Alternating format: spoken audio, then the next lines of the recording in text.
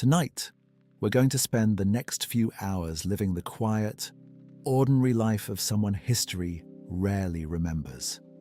There are no kings, no famous battles, no great discoveries, just another day in the Middle Ages. Tonight, you walk through a quiet day at the marketplace in Paris in the year 1296. Not the grand Paris of church fronts and royal business, the real one, the damp one, the crowded one, the one made of muddy hems, wicker baskets, cold fingers, and small coins passed from hand to hand.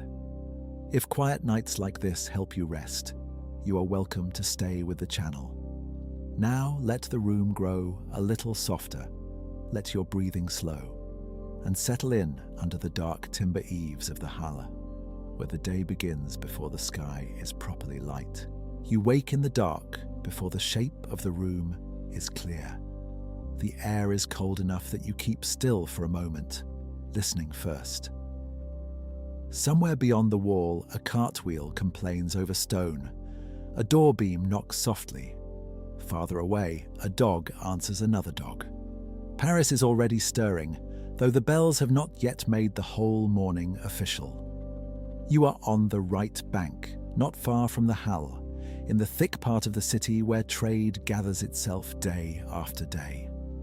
By 1296, Paris is the largest city in the Kingdom of France, and size has its own sound. Even half asleep, the place is never truly silent. There is always some little movement of wood, ash, leather, water, hoof, breath. Your bed is plain. The blanket is heavy and a little sour with old smoke. If your household sleeps above a shop, behind a stall, or in a rented room near the market, that would not be unusual, though the exact arrangement depends on money, trade, and luck. In a district like this, work presses close against sleep. Goods, tools, family, and business do not stand at polite distances from one another. They lean together. You sit up slowly. The floor is cold under your feet. Your clothes are where you left them, not fresh, only dry enough.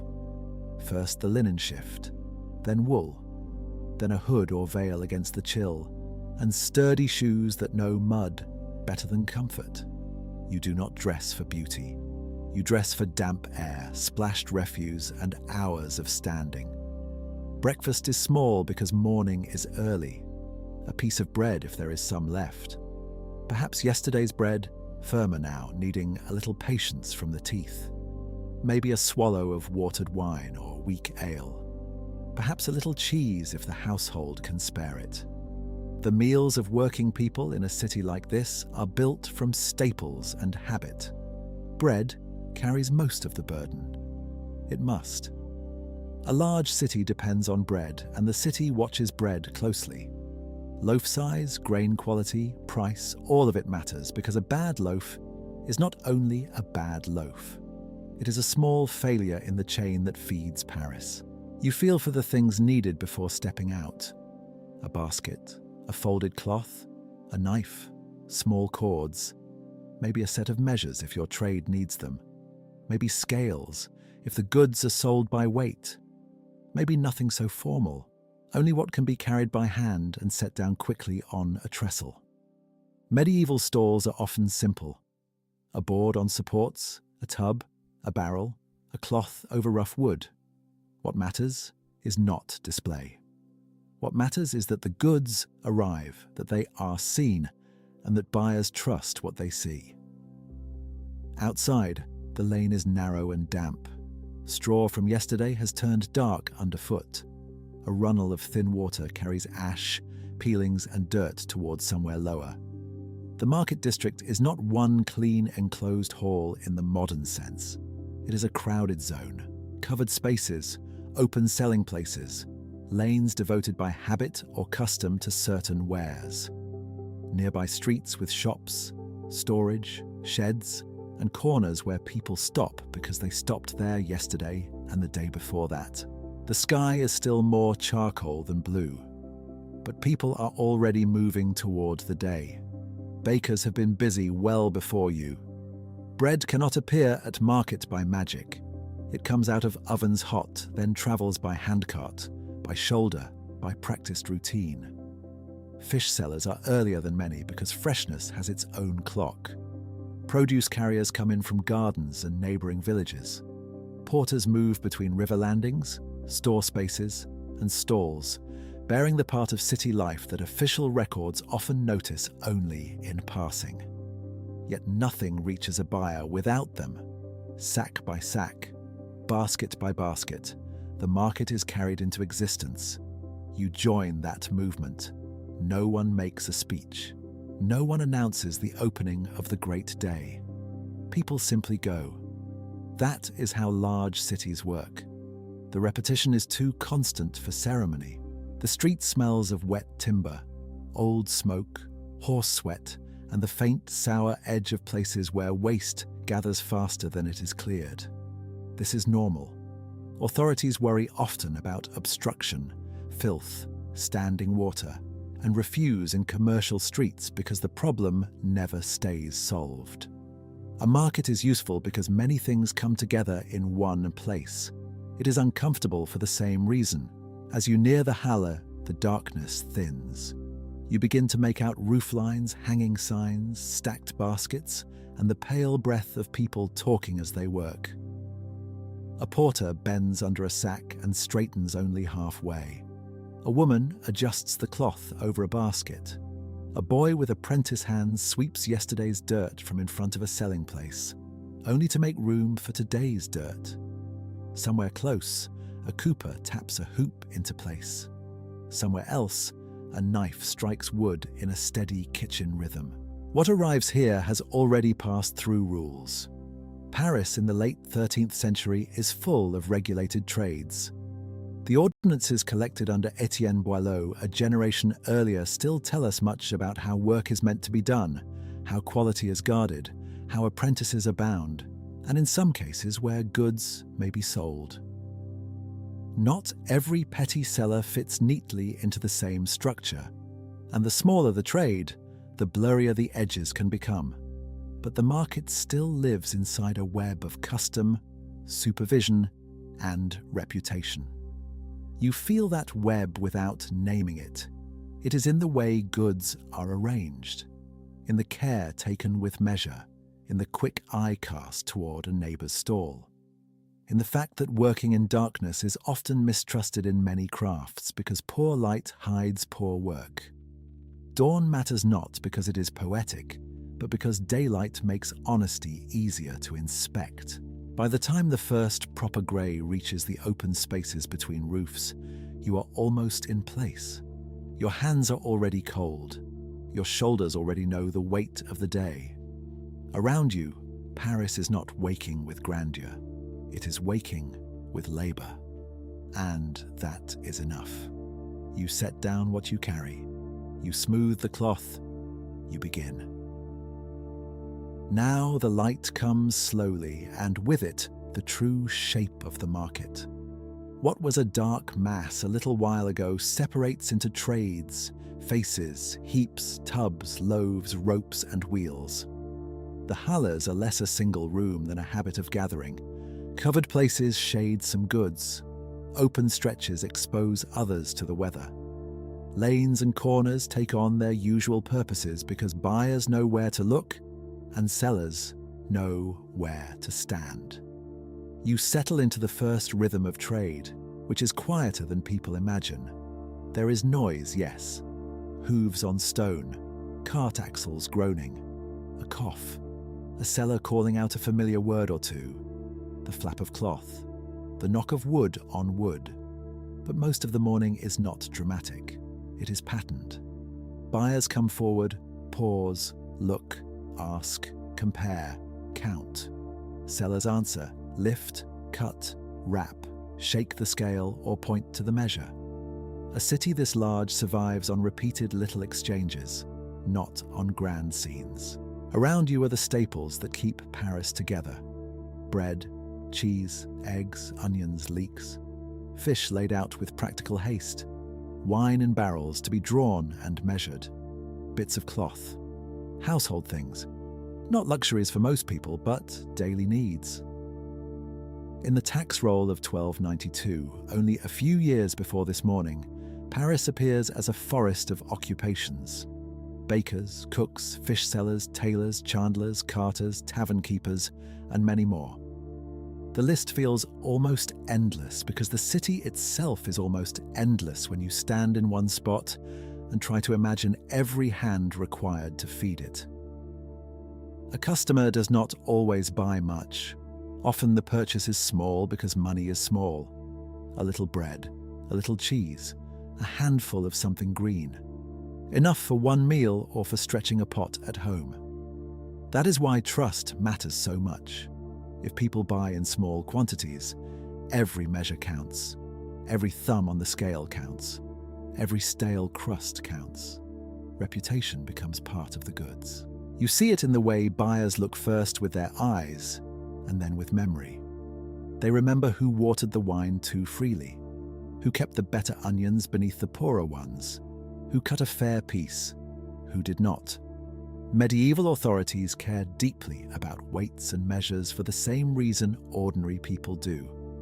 Fraud in necessities falls hardest on those with the least room to absorb it. So the city concerns itself with standard measures, with assizes, with rules that try, not always perfectly, to make trade more predictable. Bread especially carries this burden of watchfulness. In a place as large as Paris, bread is nearly a public matter. Loaf size and price cannot drift too far from expectation without causing trouble. Grain supply sits behind the loaf like an unseen engine. If grain moves poorly, bread feels it. If flour is bad, bread shows it. If a baker cheats, many people notice because many people must buy. A bell sounds somewhere above the roofs. You do not look at a clock because there is no little private clock waiting in your pocket to divide the day for you. Time comes by bells, by church routine, by light, by hunger, by the familiar progress of customers. Morning is not an exact number. It is a shared feeling in the street. Fish has its own place in this feeling too. On fasting days, the demand shifts. Meat drops away. Fish becomes necessary for households trying to keep the calendar of the church. Fridays, Lent, vigils, feast eves. The market must bend around those repeated turns of the Christian year. So even an ordinary morning contains religion in practical form. Not only in prayer, but in what is laid out on boards and what is absent from them. A woman passes with eggs cushioned in straw. Another tends some small food trade, whose exact legal standing might not be perfectly clear to a clerk, but is perfectly clear to hungry neighbours. Women are visible here, especially in food selling and small retail, though not every role is documented in the same tidy way as the better regulated crafts. The records are sharper for some trades than for others.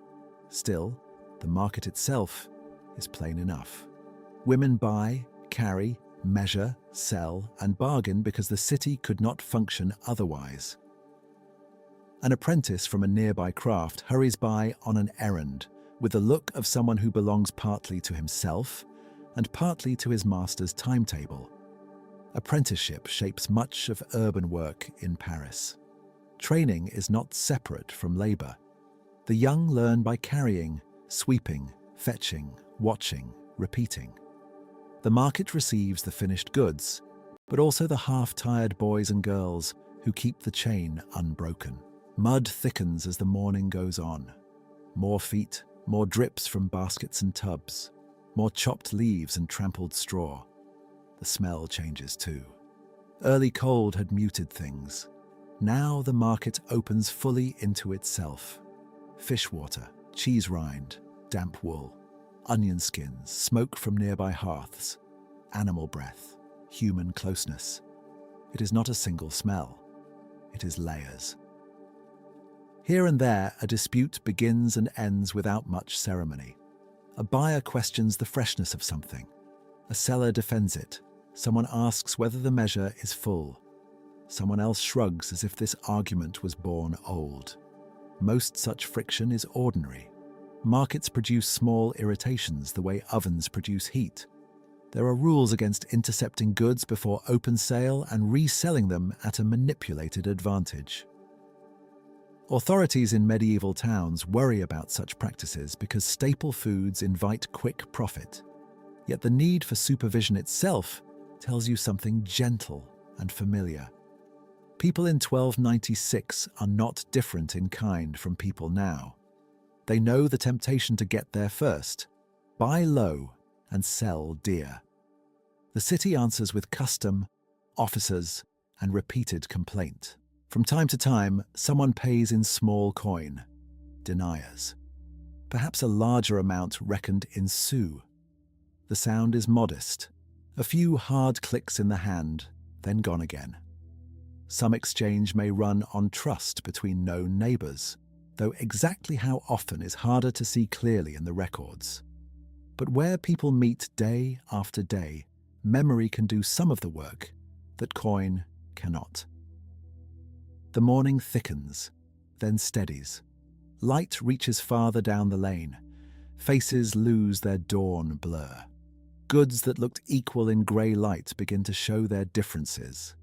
Better greens, rougher loaves, cleaner cloth, sharper knives. This is one reason daylight matters in a regulated town. You cannot hide the ordinary facts of your trade for long once the sun has found them. And so you remain in your place as Paris comes fully awake around you. Not at the centre of history, not far from it either. Just here where the city's appetite arrives one small purchase at a time, and where the whole great capital rests for a few hours each morning on boards, baskets, scales, and patient hands. Morning thickens, then steadies into trade. What was only a line of boards and baskets at first light now becomes a pattern of need. People arrive not in one grand wave, but in little useful currents. A servant with a basket over one arm. A cook sent from a richer house with sharper eyes than the person who sent her. A widow buying almost nothing and weighing even that almost nothing carefully. A boy told to remember onions, forgetting them, then being sent back again. You learn very quickly that most buying in a city like this is small. A great capital must eat, but it does not always eat in grand heaps. It eats in handfuls, in wedges, in single loaves, in one cup filled to the mark and no higher. It eats through many narrow purses opened a little, then shut again. Hands move over goods all morning. Not roughly most of the time, just firmly. A thumb presses a loaf where the crust gives a little. Fingers lift a bunch of herbs and bring them close to the face. Eggs are not trusted by appearance alone. A customer will hold one up to the light if the light is kind enough, or simply turn it in the palm as if weight might confess something. Fish, on the days when fish matters most, is judged by eye, smell, and nerve. Nothing in the market is bought with pure faith. And faith, in truth, is not what keeps the place running. Habit does, reputation does. The memory of who watered wine too much, who used a poor measure, who sold greens already tired at the edges. In a town this large, people still buy through chains of recognition. A neighbour tells another neighbour. A household sends the same maid because she knows which stall cuts fair and which does not. A regular customer does not need a speech. The hand reaches, the measure fills, the coin appears. The bargain is not dramatic. It is simply repeated. You begin to notice how much of market life is really about measures. Not broad ideas of fairness, but very exact ones. The right scoop, the true balance, the level container, the honest loaf for the price allowed. Medieval towns worry constantly about these things because so much of daily life rests on them. A buyer may not read ordinances. A buyer may never hear the name of the official who oversees this or that trade. Still, the buyer knows when a vessel looks shallow, when a loaf seems mean, when a seller's thumb lingers too long on the scale. Here and there, an argument begins and ends in less than a minute. Not a shouting match, just a refusal, a frown, a piece put back, a request to weigh again. Most disputes are small because most purchases are small. That is the quiet truth beneath the noise. The marketplace is not made only of abundance, it is made of limits. So a little fraud matters, a little staleness matters, a clipped amount matters. The bells from a nearby church do more to divide the morning than the sun does. The light is helpful, but the bells give shape. They turn a blur of labor into portions. Before one ringing, this much has been sold. After another, the bread is already fewer rows than before. Time in Paris is often heard before it is measured. You do not look at a clock. You feel the day pass in sound, in shadows shifting on damp timber, in the soft settling of straw under many feet. Around you, the Halles district shows its true nature. It is not one neat room of trade, but a crowded web of covered places, open spaces, nearby lanes, thresholds, little store corners, and walking gaps just wide enough until a cart insists otherwise. Some goods come from workshops within the city, already shaped by rules governing tools, materials, and labor. Some come from gardens outside the walls. Some come by river first, then by shoulder, back, and cartwheel. By the time a buyer touches anything here, many other hands have already done the slow work of bringing it near. You can see those hands all morning, porters with bent necks and practiced steps. Boys carrying what they can and pretending it is less heavy than it is. Women managing baskets, cloths, and sums at once. Men with carts trying to angle through mud without losing patience, and losing it anyway in the private way of people who still must keep working. They are easy to miss if you only look at the final sale, but without them, the market would thin in an hour. Coins pass often, yet not always quickly. Small money rules much of this day. Deniers and the counting of deniers make many ordinary exchanges possible. A larger piece may appear, but more often there is the slower business of adding, checking, and making certain that what leaves one hand and enters another has not somehow shrunk in the passage. Sometimes there is credit too, most likely among people who know one another well enough to let memory serve where coin is briefly absent. That sort of trust existed in medieval towns, though its exact everyday reach is hard to measure. Still, when faces repeat, memory becomes part of the market's equipment. The richer households do not remove the smallness of exchange, they only change its clothing. A servant sent from a substantial home may buy more than others, but even then the purchase is itemized in the body's own way. This basket for roots, this cloth for cheese, this instruction remembered, this other one forgotten. Grandeur, when it comes near the market, usually arrives as a list. And so the first true rush of customers is not really a rush at all. It is a long, practical conversation between hunger and supply. Bread leaving cloth, herbs leaving string, fish leaving tub, cheese leaving board, a city feeding itself by portions. No trumpets, no spectacle, just the steady narrowing of piles, the steady weighing of need, and the steady work of standing where people come to ask, inspect, doubt, pay, and move on. By the time the morning reaches toward its later hours, the market is no longer waking. It is fully itself, which is to say, busy, watchful, damp at the edges, and very ordinary. By midday, the market does not stop. It loosens a little. The busiest edge of the morning wears down, and in its place comes a thinner rhythm. Not silence, never silence here.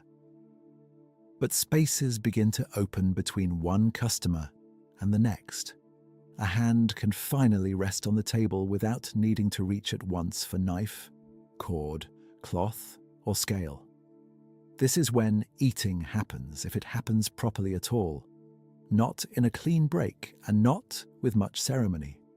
In a place like this, lunch is often something taken in turns, or taken standing, or taken while still watching the goods. Bread first, because bread is always first. Coarse bread most often, dense enough to feel useful. Then perhaps cheese, perhaps a little onion or leek. Perhaps pottage brought from home in a small container if home is near enough, or if someone had the morning patience to prepare it. If drink appears, it is often watered wine or ale, not in leisurely abundance, but in enough quantity to soften the throat and settle the stomach. You eat as working people in crowded towns usually eat. Quickly enough that the food does not interrupt trade. Slowly enough that it can still be called a meal. The body does not ask for luxury. It asks to continue. It asks for enough warmth, enough heaviness, enough salt, enough habit. Medieval meals for ordinary people are not designed to delight every sense. They are designed to carry labor forward. Nearby, other sellers do the same. One cuts a crust with a knife already used all morning for other tasks. Another shares a piece of cheese with a child or apprentice. A porter squats for a brief moment in the lee of a cartwheel, chewing with the concentration of a man who knows he will stand again in less than a minute. Someone wipes hands on wool, then on linen, then returns to work without any clear division between eating and earning. The smells of midday change a little too. Early freshness gives way to mingled use. Bread smell remains, but now it sits among damp boards, old straw, animal musk, cabbage water, fish brine, smoke from nearby hearths, and the ordinary sourness made by many bodies working in close air. None of it is theatrical. None of it is pleasant in a simple way either. It is the smell of provisioning, the smell of a city feeding itself without illusion. The bells shape this part of the day as they shaped the earlier hours. Even if no one stops entirely, the sound from a parish church reminds you that commerce in Paris does not float free from the rest of life. Trade sits inside a Christian calendar, inside parish routine, inside expected times of prayer and feast and fasting. On fish days, the market feels that pressure. In Lent, it feels it more. On important holy days, labour itself may slow or bend around observance. The market is worldly, but never separate from the church towers rising over it. At midday too, the sun exposes what morning mercy concealed. Leaves wilt. The best-looking fish must be sold before the merely acceptable fish. Soft fruit, if any is present in season, cannot wait patiently forever. Cheese sweats a little. Cloth thrown over goods must be lifted, shaken, and laid again. Summer makes this more urgent. Winter makes other things harder. In colder months, fingers stiffen, light fails early, and standing still becomes its own kind of work. Every season changes lunch because every season changes what can endure another hour on the stall. Even in this softer part of the day, the market keeps teaching the same lesson. Nothing here is static. A basket that looked full at dawn is half gone now. Another, untouched too long, begins to look tired. A seller must decide whether to wait, trim, lower expectation, or lower price. That decision is not heroic. It is one of the small mental labours of trade. How long can this be held? Who might still buy it? What can be moved today and what must go back? Be salted, be cooked, be fed elsewhere, or simply be counted as loss. The larger market around you has its own lunch as well, though not all at once. Carts are unloaded more slowly. A lane that was hard to cross at mid-morning can now be crossed if you do not mind brushing a cloak or stepping around a puddle that no amount of stepping has improved. Somewhere nearby, coopers mend or tighten the wooden bodies of barrels that have travelled badly. Somewhere else, a knife is sharpened against stone with a patient scraping sound. Chopping, sweeping, calling and counting continue, only lower now, as if even noise must chew for a while. You become aware in this lull of the simple strain of remaining upright. Market labor is not only carrying and lifting, it is standing in weather. It is watching for theft without staring at everyone as though they are thieves. It is answering the same question with the same face 10 times in an hour. It is knowing where each item lies, what was paid for it, what it ought to fetch, and how much poorer the day becomes if that number is missed. Boredom is part of the work. So is patience. So is the dull ache that travels from the soles of the feet into the back and stays there. In a city as large as Paris, there is always someone still arriving late. A servant delayed by another errand. A cook discovering a need not noticed earlier. A laborer spending a few small coins only after earning them.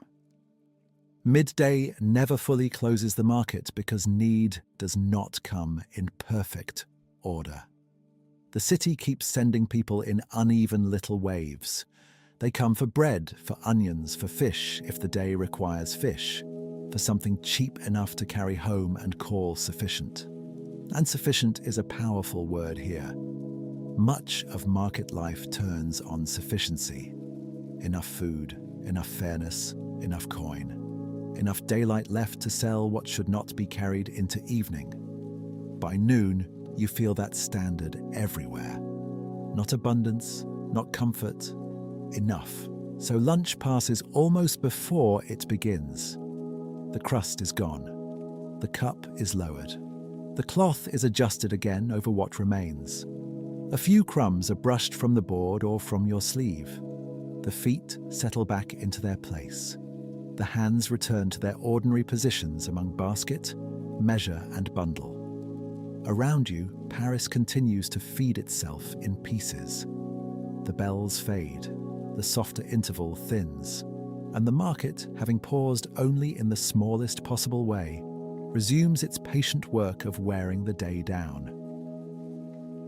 The market, having paused only in the smallest possible way, resumes its patient work of wearing the day down. Afternoon does not arrive with fanfare.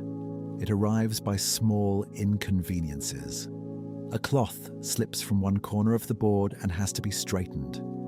A basket that looked full enough in the morning now shows its bottom weave through the remaining goods. Damp rises again from the ground.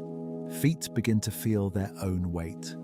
This is the hour when ordinary problems come forward. Nothing ruins the day all at once. Things simply become less easy than they were. A buyer lifts a piece, turns it in the light, and frowns.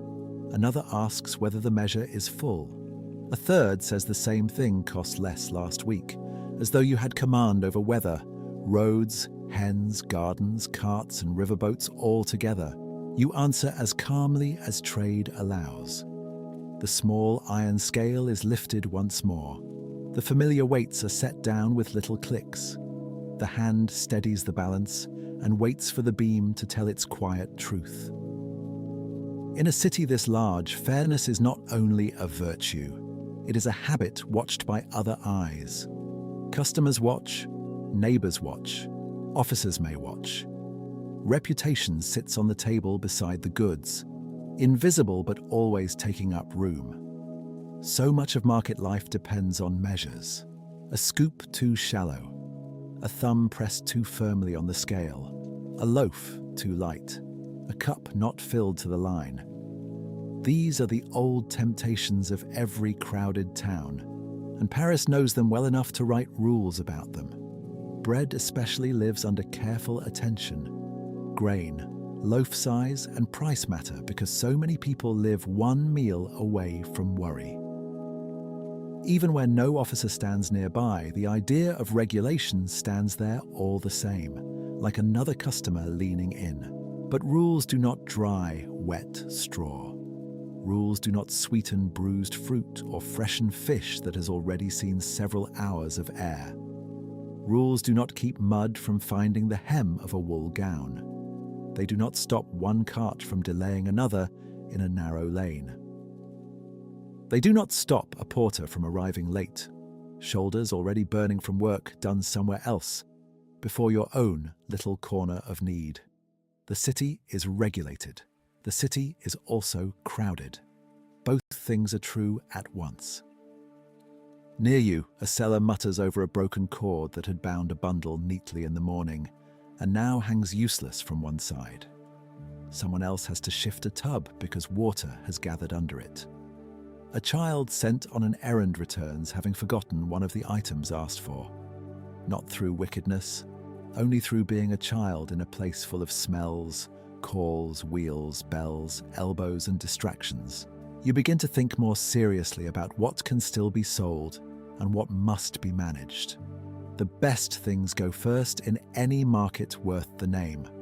What remains into later afternoon is not always the worst, but it is often the most difficult. It must find the right buyer. A careful one, a frugal one. Someone willing to accept a smaller bundle, a less handsome piece, a loaf from the later part of the board rather than the front. And then there is coin. Coin itself is a small problem, even when it arrives properly. So many purchases are tiny, a few deniers here, fractions of larger value there. Hands count and recount, eyes narrow. A buyer searches a purse for the right piece and produces several that are too much, then too little, then perhaps acceptable if change can be found. The whole market is full of these minute negotiations, not grand bargaining, just the slow friction of exactness. Sometimes payment waits. With known neighbors and regular faces, trust can stretch across an afternoon or longer. That happened in medieval towns, though not in the same way for everyone and not with equal safety. A familiar woman may promise to settle after another sale. A cook's servant may take goods with the assurance that the household pays steadily enough. Or perhaps not. Perhaps you decide this is not the day to extend softness. Need has its own arithmetic. By now, the body has changed. The back bends differently than it did at dawn. Fingers feel rougher. The shoulders settle lower. The voice shortens. Even patience has a texture, and by afternoon it is worn thinner than it was in the morning. Yet the work does not become dramatic. It becomes repetitive in a heavier way. Lift, show, explain, weigh, wrap, take coin, return coin, straighten cloth, chase off a fly, wipe a board, lift again. The lane around the halles keeps sounding like itself. Cartwheels grind, a hoof knocks against stone. A barrel is shifted. Someone calls out what remains to be sold. Not beautifully, not musically. Just loudly enough to cross a few bodies and a hanging cloth. The smell changes by degrees as well. More trampled greens, more damp wood, more closeness where people have stood together for hours. Smoke still drifts from nearby hearths, but lower now, less like morning promise, and more like the ordinary breath of the district. There are larger market problems too, though they touch you only as weather touches a wall. Authorities in towns like this worry about forestalling and regrating, about goods being intercepted before open sale or bought up only to be sold again dearer. Those concerns belong to the wide machinery of feeding Paris. You do not solve them here at the board. Still, you feel their shadow whenever supply seems tighter, prices seem sharper, or buyers arrive already suspicious that someone somewhere has made the day narrower than it needed to be. So the afternoon goes on in this plain company of small troubles. Nothing heroic, nothing rare. A little doubt, a little damp, a little ache, a little arithmetic, a little waste to be prevented if possible. A little loss accepted when it cannot be prevented. This too is market skill. Not only arranging goods prettily in the first hour, but enduring the later hours when every object has to be judged again, according to time, weather, and the thinning purse of the people passing by. And because Paris is large, the stream never becomes still. It only changes character. Morning buyers hurry, Afternoon buyers inspect, morning buyers knead, afternoon buyers compare. You learn the difference by posture before a word is spoken. One pauses at the edge, another touches first and asks later. Another glances at what remains and already begins the face of disappointment that might lower the price by a coin if repeated carefully enough. You let all of this pass through your hands. A city is fed not only by harvests and riverboats, but by these slow little contests over honesty, freshness, and enough. The problems of afternoon are not separate from the work. They are the work once the easier sales have gone. And so you remain at the board, making the day hold together a little longer while the light begins, almost too gradually to notice, to lean toward evening. As the light leans, the season makes itself felt again. In a place like this, weather is never just background. It enters the trade. It sits in the cloth, in the joints of the fingers, in the speed with which customers stop or move on. And if the day belongs to the colder part of the year, then winter is not a separate chapter after the market. It is present in the market from the first breath to the last coin. You feel it now most clearly in the standing. Standing is easy to imagine in the abstract and hard to inhabit in cold air. The feet slowly lose their argument with the stones below. Damp comes upward through sole and stocking. The hands, when not occupied, want to close into the sleeves. The face learns to stay still against the bite of air moving down the lane between timber and wall. Winter does not strike. It settles. Selling light matters more in this season. Parisian trades often cared about light because bad light could hide bad work, and evening came too quickly to trust certain tasks. In the market, that means not only honesty, but haste of another kind. There are fewer good hours for showing, judging, and choosing. A buyer inspecting food or cloth in weak afternoon light cannot see as morning saw. The eye tires, colours flatten. Damp gathers first in corners, then in everything. The goods change with the season too. Freshness becomes a stricter bargain. In summer there are flies, heat, and swift spoilage. In winter there is cold, but not the clean kind that preserves all things kindly. There is chill moisture. There is mud carried up onto boards and hems. There are roads from the countryside made slower by weather, and porters arriving with faces reddened, shoulders wet, and tempers dulled by labour. A basket of roots may travel well enough, delicate greens less so. Eggs must be carried carefully in any month, but in hard cold, every jolt seems more final. You notice how customers behave in this season. They do not linger for pleasure. They come wrapped in wool, hood drawn close, intent on choosing and leaving.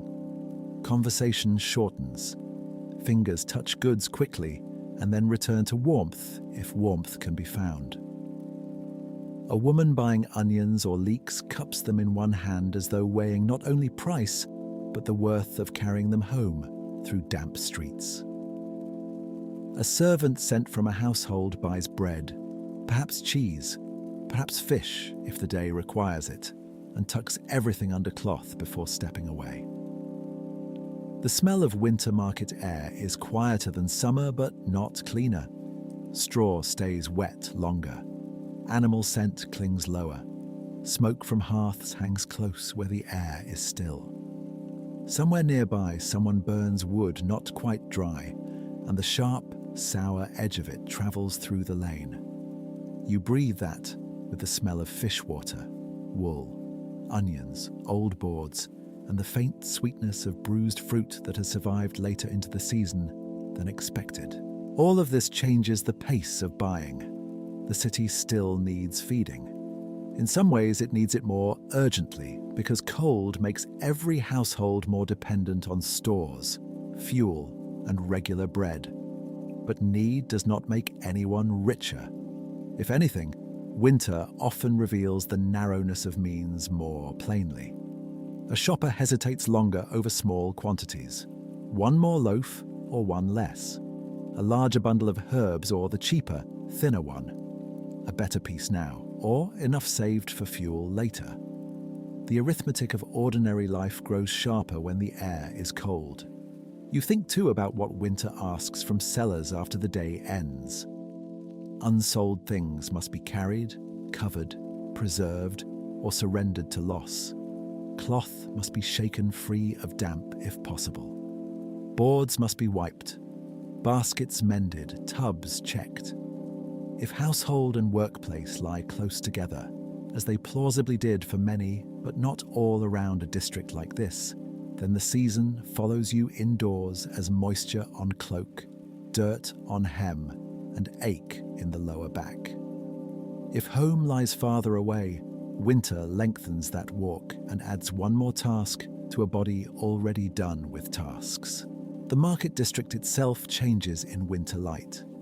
The halles are not one neat enclosed hall in the modern sense, but a dense zone of covered places, stalls, lanes, storage, and open patches where selling gathers and thins according to need.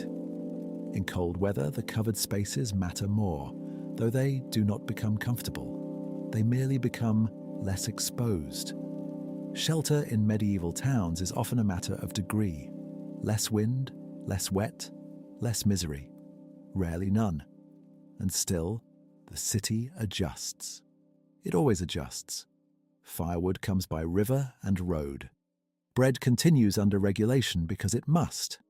Fish remains important on fasting days, no matter how numb the morning hands may be that handle it. Small wares continue to pass from one palm to another. Bells continue to mark the hours whether the sky is bright or leaden. Paris does not pause for season. It tightens its cloak and carries on. So you carry on with it. The board is touched again. The cloth is checked at the corners. A remaining measure is set upright. A basket is turned so the better side faces outward. The body learns a slower economy in winter, saving heat where it can, movement where it can, words where it can. This is another market skill, not visible like scales and coins, but necessary all the same. To remain in place, to keep the goods in order, to keep the fingers working, to keep the face patient when all the air in the lane seems made for discouragement. By late afternoon, winter light begins to leave almost while you are watching it. The edges of things soften first. Timber posts darken. The wet ground loses detail. Faces under hoods become more alike. In such conditions, many trades become cautious, and with reason. Poor light hides flaws and invites mistakes. Medieval regulations often show that suspicion plainly. Better to stop some work than do it badly in the dimness. Better to cover, carry, and begin again with honest mourning. But that moment has not fully arrived yet. For now there is still enough light to sell what remains, enough warmth in movement to keep the hands useful. Enough patience in the lane to continue the slow exchange between need and supply. Winter does not end the market. It simply lowers everything into a quieter key, and you stand within it, one ordinary figure among many, breathing the cold breath of Paris while the day narrows gently toward evening. The light continues to thin, and with it, the easy part of the day. What remains now is not only food on boards and in baskets, but counting. Market life is full of small reckonings. A city this large does not feed itself by accident, and it does not govern itself without taking a share. You feel that share everywhere, even when no official hand is stretched out in front of you at this exact moment. It lives in rents for space, in dues, in the cost of storage, in the rules that decide who may sell what and where. It lives in the larger burden of taxation that reaches ordinary people through the tail and through many lesser obligations tied to urban life. A day at market may feel made of onions, damp cloth, and cold fingers. But beneath all of that, there is a count-keeping. You do not need a grand chest of silver to feel it. A handful of deniers can carry enough worry. Small coins move from hand to hand all day, warm at first from sleeves and palms, then cold again in the open air. Some are clipped by wear. Some are sticky from fish water or flour dust. Some disappear at once into payments already owed in your mind before the customer has fully turned away. This sale belongs partly to the household. That sale must cover stock bought earlier. Another must be kept back for rent or for a fee, or for the simple need to return tomorrow with something still left to trade. The market teaches division before it teaches profit. Very little arrives in the purse as pure gain. Most of it is already spoken for.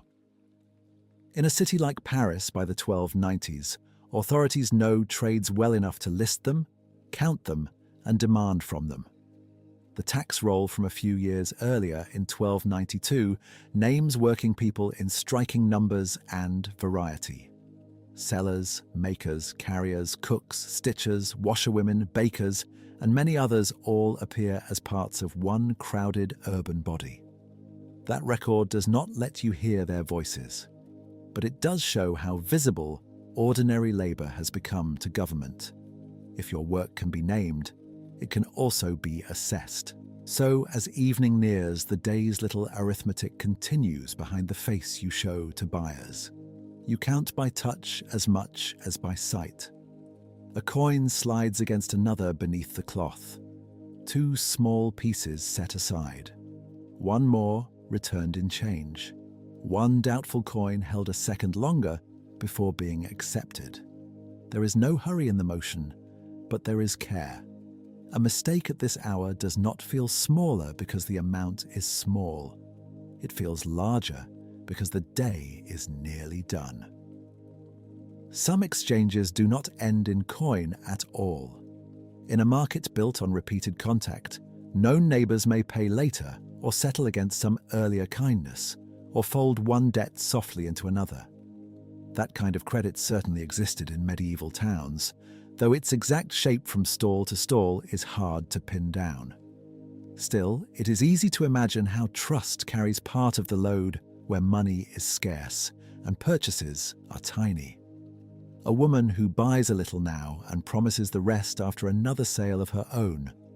A porter who takes food with the understanding that coin will come at week's end. A familiar face can stand in for metal, up to a point, but trust is never quite weightless. It sits in the chest as heavily as unpaid rent. You remember who owes. Others remember what you owe them. The city is bound together by these thin threads of memory. Not all are equal, not all are comfortable, yet they are ordinary. Rules about measure and honest sale belong to this same world of counting. A standardized container, a fair weight, a proper loaf, all of these protect the customer, but they also protect the order of the market itself. Without them, every purchase becomes a quarrel. With them, there are still quarrels, only smaller ones. You have already spent the day meeting suspicion with patience. Now that patience turns inward. Was enough sold? Was too much discounted? Was that bundle of greens let go too cheaply because the cold had entered your hands and made argument tiring? There is no clear answer. Medieval work rarely offers one. Instead, there is the purse, lighter than hoped or perhaps slightly heavier, and the private act of sorting what can be spent from what must be spared. Bread for home, fuel if fuel can be had, a little salt, thread, rent, dues. A payment delayed one more day if it must be. The kingdom may seem far away in its halls and records, but it arrives here in small subtraction. Even the place where you stand is part of that burden. The halles are not empty ground where anyone simply wanders in and prospers. This is regulated space in a regulated city. Custom matters. Reputation matters. Authority, sometimes seen and often merely felt, matters too. To work here is to be inside a web of permissions, expectations, and demands. None of that changes the smell of wet straw or the ache in your shoulders. It simply sits beneath them, steady as timber under cloth. And so the counting goes on as daylight becomes meaner and more careful. Your fingers close around the last few coins of one sale. The cloth is folded over them, the purse is tied again. Around you, others are doing the same quiet reckoning. All across the market district, countless ordinary lives are being measured not only in loaves sold and baskets emptied, but in what remains after the city has taken its part. The bells do not announce this. No one pauses to speak of it. Yet, it is one of the truest sounds of the evening market. The soft click of small money, and the softer silence that follows when there is not quite enough. As the afternoon lowers further, the market remains busy in its modest way, but the day is no longer only a matter of buying and selling. In Paris, time belongs partly to the church, whether you are ready for that or not. You do not carry a clock. Very few people do. The hours come to you through bells drifting across roofs, lanes and yards, familiar enough that the body almost answers before the mind does. The sound reaches the market softened by timber, smoke, and damp air. It does not stop the city all at once. It seldom works that neatly. Instead, it lays a pattern over the noise already there. Voices continue. A cart still grinds over the ground. A buyer still asks the price of fish or leeks. But the bell gives shape to the afternoon. It reminds everyone that trade happens inside a larger order. That order is not only spiritual in the distant sense. It affects what can be eaten when demand rises and how goods move through the week and year. Fridays matter. Lent matters. Vigils before major feasts matter. All the many fasting days of the Christian calendar press directly on the market table. Fish becomes more necessary when meat must be left alone. Eggs, cheese, and other permitted foods shift in value according to the season of the soul as much as the season of the weather. A seller does not need to be a scholar to know this. The body of the market learns the church year by repetition. So when bells sound now, they bring with them more than piety. They carry memory of every week shaped by observance. They carry the slow training of appetite. They carry the plain fact that customers often buy according to what the parish expects of them. In that way, the church is present even in the basket of onions and the tub of herring. For some people, this hour may mean stepping away briefly if business allows. For others, especially those whose place in the lane cannot be left without risk, devotion must remain briefer and more folded into movement. A bowed head, a quick sign of the cross. A prayer said almost silently while hands still adjust cloth and basket. The exact practice would differ. A wealthy merchant, a porter, a widow selling herbs, and an apprentice minding a board would not all meet the hour in the same way, but all live under the same bell. A parish church is never far from the life of the market. Its presence is physical as well as spiritual. The church marks feast days and fasts. It witnesses marriages. It receives children for baptism and the dead for burial. It is a place where neighbors see one another outside bargaining. Debts, kindnesses, grudges, and reputations all pass back and forth between sacred space and commercial space. The same woman who argued over measure in the morning may kneel a few paces away on Sunday.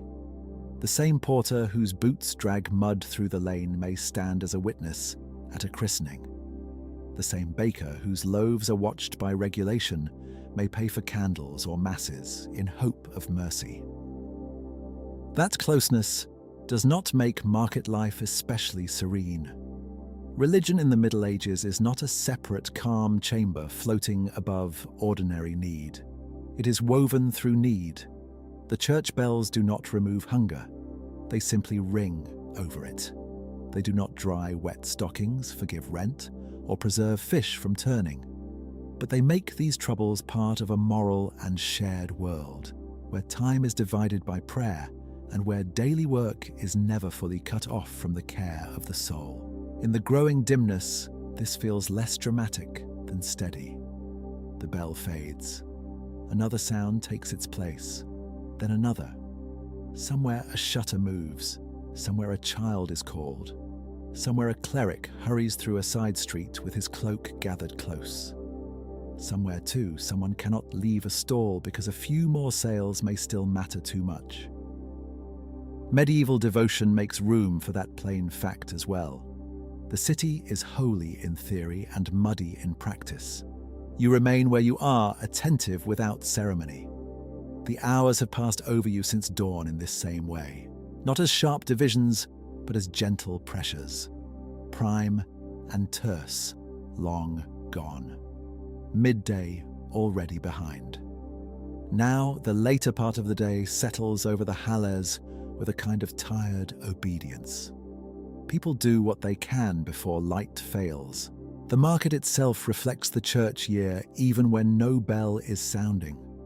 On fasting days there is a different smell in the air, less meat, more fish, more salt, more watchfulness about what the household pot will hold. On feast eves there may be a little extra movement, a little different buying, though always within the means of ordinary people. The richest tables in Paris are not your concern. The common table is bread, pottage, small fish, cheese, onions. Things counted out carefully, things blessed perhaps before being eaten. Even the end of work has a religious edge. Darkness is not just inconvenience. It belongs to a world where artificial light is costly and where many crafts are discouraged or forbidden from continuing under dim conditions. Good work should be visible. Honest work should be inspectable. In this, regulation and morality stand close together. To stop before full dark is practical, yes, but it also feels proper. Soon enough there will be the journey home or back to some narrow sleeping place near goods and tools. There will be supper if supper can be managed. There may be family prayer or only weariness. There may be compline heard from afar or not heard at all over the scrape of moving barrels and the low speech of neighbours packing up. Exact details are hard to recover for any one unknown seller in 1296. What is certain is simpler. The church keeps time in Paris, and market people live inside that keeping whether they stand in choir stalls or in mud. So the bells continue to rule without shouting. Their sound rests over the market like another layer of evening air. You breathe it in without thinking much about it. The lane grows dimmer, the boards grow emptier. The day, which began in darkness and worked its slow way toward light, now turns back toward darkness again, under the patient hearing of the bells. The bells fade into the general dimness, and what remains of trade turns from selling to gathering. This is the hour when the market person becomes, more visibly again, a member of a household, not separate from work, never quite separate, but folded back into the smaller circle that waits behind the stall, above a room, across a lane, or somewhere within walking distance of the Halles. Exact living arrangements differ greatly in a city as large and crowded as Paris. Some sellers likely sleep near their goods. Others carry what is left to rented rooms or shared family space. What matters now is the narrowing of the world. All day the market has spread outward in voices, smells, and movement. By evening it draws inward toward lamplight, cooking steam, and familiar faces. You lift what remains. The day has taught your arms the shape of the basket so well that they seem to rise by memory. A cloth is shaken once and folded. Loose leaves are brushed away. a cracked onion is set aside for the pot. A heel of bread saved from midday goes home instead of into your mouth here in the lane. If there are eggs left, they must be carried carefully. If herbs remain, they must be used soon. If nothing remains but empty containers, then even those have weight, and that weight comes home with you too. The streets are not quiet, but they are quieter. Carts are fewer now. The last wheels pass with a tired sound over the ruts. A porter moves by with a shoulder bent under a sack.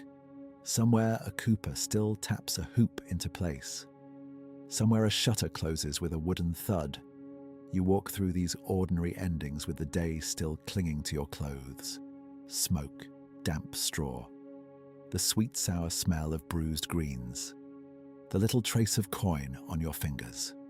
Paris is the largest city in the kingdom, but at this hour, greatness means very little. The city feels instead like many thousands of small returns. At home, or at least at the place where you sleep, evening work begins at once. Medieval households do not keep clean lines between trade and family life. Goods are counted near children. Supper is prepared beside tools. A basket may stand against the same wall that supports a bed. The room can hold work, rest, cooking, mending, and storage all at once. If the household is poor, each object must justify the space it takes. If it is a little better off, there may be more room to breathe, but never much waste. You set down the load. Shoulders loosen slowly. Hands open and stay half-curved, remembering handles and cords. The room smells different from the market, but not entirely. There is hearth smoke here too, and old wood, and wool damp from the weather, and perhaps pottage warming again from earlier in the day. Bread appears first, because bread appears first in so many meals. Then perhaps cheese, onion, leek, or a little broth. For many working people in Paris, supper is made not of variety but of repetition. Repetition is how the body is kept going. If there are children, they are part of this economy of repetition as well. They fetch water if they are old enough. They carry scraps. They learn what can be eaten tonight and what must be sold tomorrow. In a market household, knowledge does not arrive as a lesson spoken from a chair. It arrives by standing nearby, by watching hands sort damaged from sound, by hearing adults judge whether prices were fair, by learning which creditor may wait and which one may not. The Paris tax roll from just a few years earlier shows a city crowded with occupations, but behind each occupation there is almost always some knot of dependence. A widow, a spouse, a servant, a child, an apprentice, a lodger. Family in such a city can mean blood, marriage, work, or simply those who share the strain of rent and food. Conversation, if there is energy for it, stays plain. Who paid? Who argued? Which lane was muddy enough to ruin a hem? Whether fish was dear? Whether bread looked smaller? Whether someone heard that supplies on the river were delayed, or that a holy day will change demand, or that an official was stricter than usual. Great events do sometimes touch Paris. Royal taxes, church feasts, bad harvests, hard winters. But they usually enter the room in this softened form first, as small household consequences. A thinner pottage, dearer fuel, one more coin set aside, one less candle burned. Clothing is checked because clothing costs. A torn seam matters. Wet shoes matter. A basket handle fraying matters. The world of ordinary market work is full of tiny repairs that prevent larger losses. Someone bends over a cuff in the low light. Someone trims a wick. Someone shakes dirt from a cloak hem before it dries there. Even rest is practical. To sit is to sort. To warm hands is to think what must be carried at dawn. There may be prayer here too, brief and familiar rather than grand. The bells have already marked the city from outside. Inside, Habit answers habit. A word of thanks, a request for protection, a crossing of the body. Not every household speaks the same way, and the record cannot tell us the exact sounds made in one room near the Halle on one evening in 1296. But it can tell us that religion was woven through ordinary domestic life as thoroughly as through public worship. Home is not outside that order. It is one of the places where the order becomes quietest. As the meal thins out, the room loosens. Bowls empty, steam fades. The youngest grow heavy-eyed if there are young ones at all. The older ones keep working a little longer. There is always one more thing to dry by the hearth, one more tally to remember, one more scrap to save for tomorrow's pot. And yet, the market has released you now, at least for a few hours. Your place in the household becomes more important than your place in the lane. The stall is no longer in front of you. The buyers are gone. What remains is closeness, warmth if you are lucky, and the ordinary comfort of being done enough for one day. Night does not arrive all at once in a market life. It gathers by layers. First, the stall is closed, then the meal is finished. Then the room grows dim except for the hearth and perhaps a lamp or candle if one can be spared. Then voices shorten. Then the body, which has been standing inside the city's appetite since before dawn, begins to ask for stillness in a language stronger than thought. You feel the day in pieces, soles sore from wet ground, fingers stiff from cold and gripping cord. Lower back warm with that deep tiredness that comes from lifting the same useful weight again and again. A little ringing remains in the ears from wheels, voices, bells, and the endless small strikes of work. None of this is unusual. It is so usual that it scarcely deserves remark. This, more than anything, is the shape of the life. Fatigue so common, it becomes part of the weather of the self. There is no clean bedtime routine in the modern sense, not for most working households in a city like Paris. Sleep sits among other needs and waits its turn. Fire must be made safe. Food must be covered from rats if there is food worth protecting. A jug must be placed where it will not be kicked over in the dark. Shoes are set near enough to find at dawn. A cloak may become blanket, pillow, or both. Straw bedding, if present, is shaken and settled. Linen is precious. Wool is precious. Warmth is precious. Privacy is scarce. The exact sleeping arrangement in any one household near the Halle is difficult to recover. Some people likely sleep in the same room where they cook and store goods. Some may have loft space. Some may share beds by necessity. Some workers attached to workshops or wealthier households sleep under different rules than petty sellers do. So it is best to stay with what is broad and likely. Space is limited. Materials are simple. Sleep is communal more often than solitary. Practical more often than ceremonial. You lie down close to the day's residue. The room holds baskets, wool, ash, perhaps a knife hung in its place. Perhaps a small reserve of goods that cannot be left outside. Perhaps the smell of cabbage or leeks still resting over the rushes. Medieval interiors keep odours longer than open streets do. Smoke sits in cloth. Damp sits in straw. Leather gives off its own faint animal note. The body accepts this without complaint, because there is no choice in it, and because familiarity softens what comfort cannot. Outside, Paris continues. A distant cart, a dog, a voice passing in the lane. The city never becomes silent in the absolute sense. It only changes register. Day noise turns to night noise. The market quarter, which all day has carried the business of feeding a vast population, settles into storage, embers, and waiting. Somewhere on the Seine, late unloading may still be happening.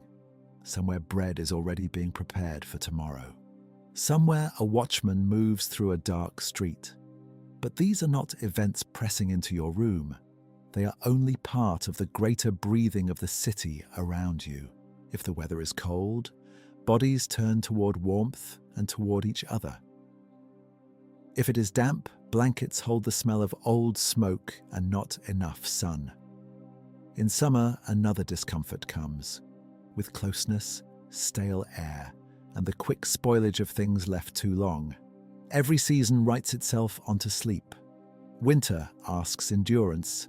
Summer asks patience. Rain asks tolerance. The market follows these changes by day, and the household feels them by night. Before sleep fully takes hold, the mind continues its plain accounting. What is left to sell? What must be bought? Whether there is enough bread? Whether a regular customer may pay later? Whether tomorrow is a fasting day that changes what people will seek? Whether the path from lodging to stall will be mud or frost? This is not dramatic worry. It is the ordinary turning of a worker's thoughts. The same wheel moving once more, before stopping. Prayer may return here in the dark, softer than before, or there may simply be tired silence. The historical record is always thinner in these last private minutes. Laws speak more readily than pillows. Tax rolls count people but do not show how they breathe before sleep. Ordinances regulate selling but do not record the weight of a blanket shared between 2 or 3 bodies after a long winter market day. So the final texture must remain partly careful reconstruction. Still, the broad truth is secure enough. Working people in medieval Paris slept close to labor, close to one another, and close to the next day's demands. Your breathing slows because the body insists. The bells that ruled the hours are absent for a while, or else too distant to matter. Darkness covers the stall, the lane, the church tower, the piled goods, the mud, the scales, the small coins, the little disputes over measure and freshness. None of them are solved forever. They are only paused. That is often the best rest can do, and then sleep comes in the plain way it came to most people for most of history. Not as escape, not as luxury, as necessity, as the only door available after such repetition. You close your eyes in a city full of craftsmen, sellers, porters, cooks, servants, widows, apprentices, clerks, priests, children, and strangers, all lying down in their own narrow spaces. Paris does not sleep elegantly. It sleeps densely. It sleeps in smoke and wool and aching feet. By the time dawn begins to think about returning, the room is still. The baskets wait, the cloak waits, the bread knife waits. Somewhere before long, another fire will be stirred, another cart will creak, another seller will step back toward the halles. And if you wake before the sky has decided on light, it will not feel like a new story at all. It will feel like the same one, continuing gently where it left off. By the time dawn begins to think about returning, you are already somewhere between sleep and duty. The room is still dark, but dark in a thinner way now. The air has changed first. It feels less like night pressed close to the body and more like a pause before movement. Beside you, wool shifts. Somewhere above or beyond the wall, someone coughs. Farther off, before there is any true light, a cart gives one long wooden complaint over the street. So, the day returns. Not as an adventure, not as a fresh page, more as a familiar cloth taken up again, with the same creases still in it. You reach for yesterday's garments where they wait.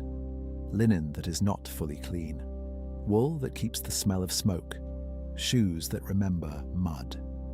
Your fingers move with the confidence of habit because there is little reason to waste thought on these motions. A market life in Paris is made of this kind of remembering. The hands know. The feet know. The back knows before the mind has properly joined them. The hearth is only a faint memory of warmth. Ash covers what is left from last evening. If there is fuel enough, the fire is coaxed back with the slow patience such work always needs. If fuel is short, then comfort must remain short as well. In a city this large, warmth is never just a feeling. It is wood bought, wood carried, wood stacked, wood spared. It is one more small expense hidden inside every ordinary morning. Breakfast is little enough to keep the body from complaint. Bread from yesterday, if any remains.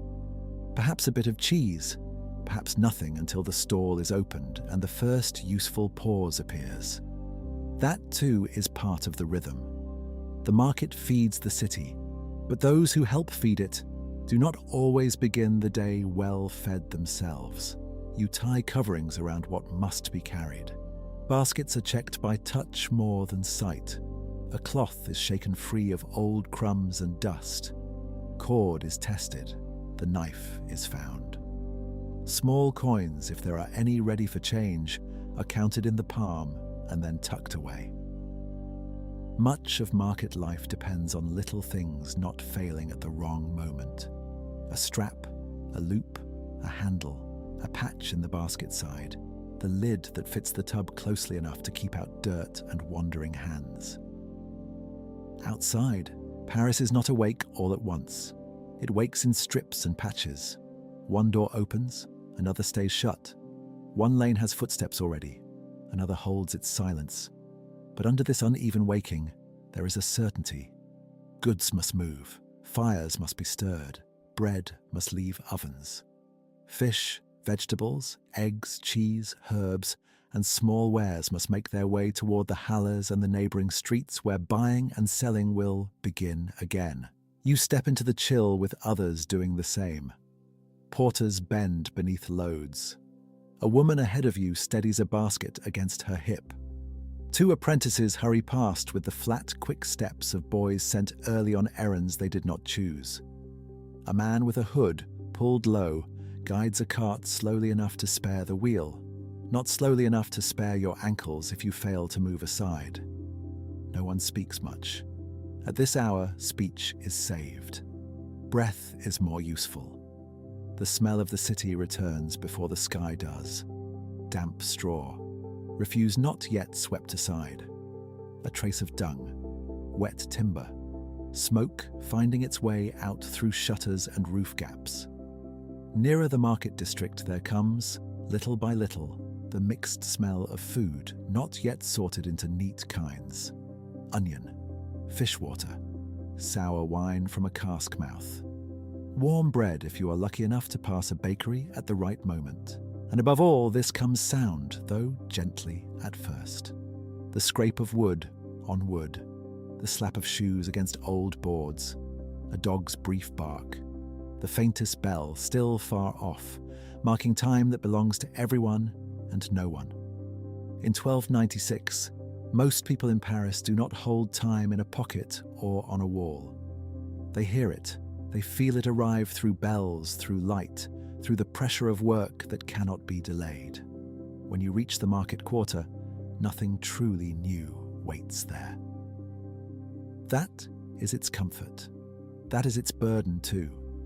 The same lanes, the same posts darkened by weather and hands, the same places where puddles gather, the same awkward corners where a tub catches on a cartwheel if turned badly. The halles are not one tidy room, but a crowded district of covered spaces, open ground, neighboring streets, stalls, storage, and habit. To know where to stand is already a kind of knowledge. To know who may sell where, who arrived too early, who is in another person's accustomed place. This matters almost as much as the goods themselves. So you begin by uncovering, arranging, setting right. Cloth laid down, basket set in reach. Scales, if your trade requires them, hung where the hand can find them. Goods turned so the better side faces outward. Nothing theatrical, nothing grand. Only the work of making a few ordinary things ready to be chosen. Soon buyers will come in small numbers first. Women with careful eyes. Servants sent with strict instructions and a small purse. Neighbors, who know exactly how little they can spend. Perhaps someone who asks for credit until another day, if trust is old enough to bear it. In a market like this, large fortunes are not the center of the morning. Small transactions are. A handful, a loaf, a measure, a slice, a bargain so narrow it barely seems to move any coin at all. This is how the city wakes properly. Not with trumpets, not with ceremony, with repetition, with hands opening cloth covers in dim light, with feet returning to the same patch of ground, with the long, patient fact that Paris, being large, must be fed again, and that feeding begins with ordinary people taking up ordinary burdens before sunrise. By now the darkness has loosened enough for shapes to hold. Faces begin to separate from cloaks. Goods separate from shadow. The day has not improved much. It has only become visible, and for someone tied to the marketplace, that is enough to begin again. Once the first thin light has settled into the market lanes, the whole place begins its slow assembly again, as if the city is building itself from baskets upward. Nothing dramatic happens. That is the point. Trade depends less on single moments than on the reliable joining together of many small ones. You smooth the cloth once more even though it is already smooth enough. You shift a basket by the width of 2 fingers.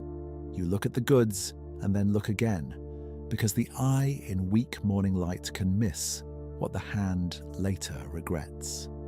A bruised turnip, a cracked egg, a loaf gone harder at one edge, a cheese rind beginning to dry too much.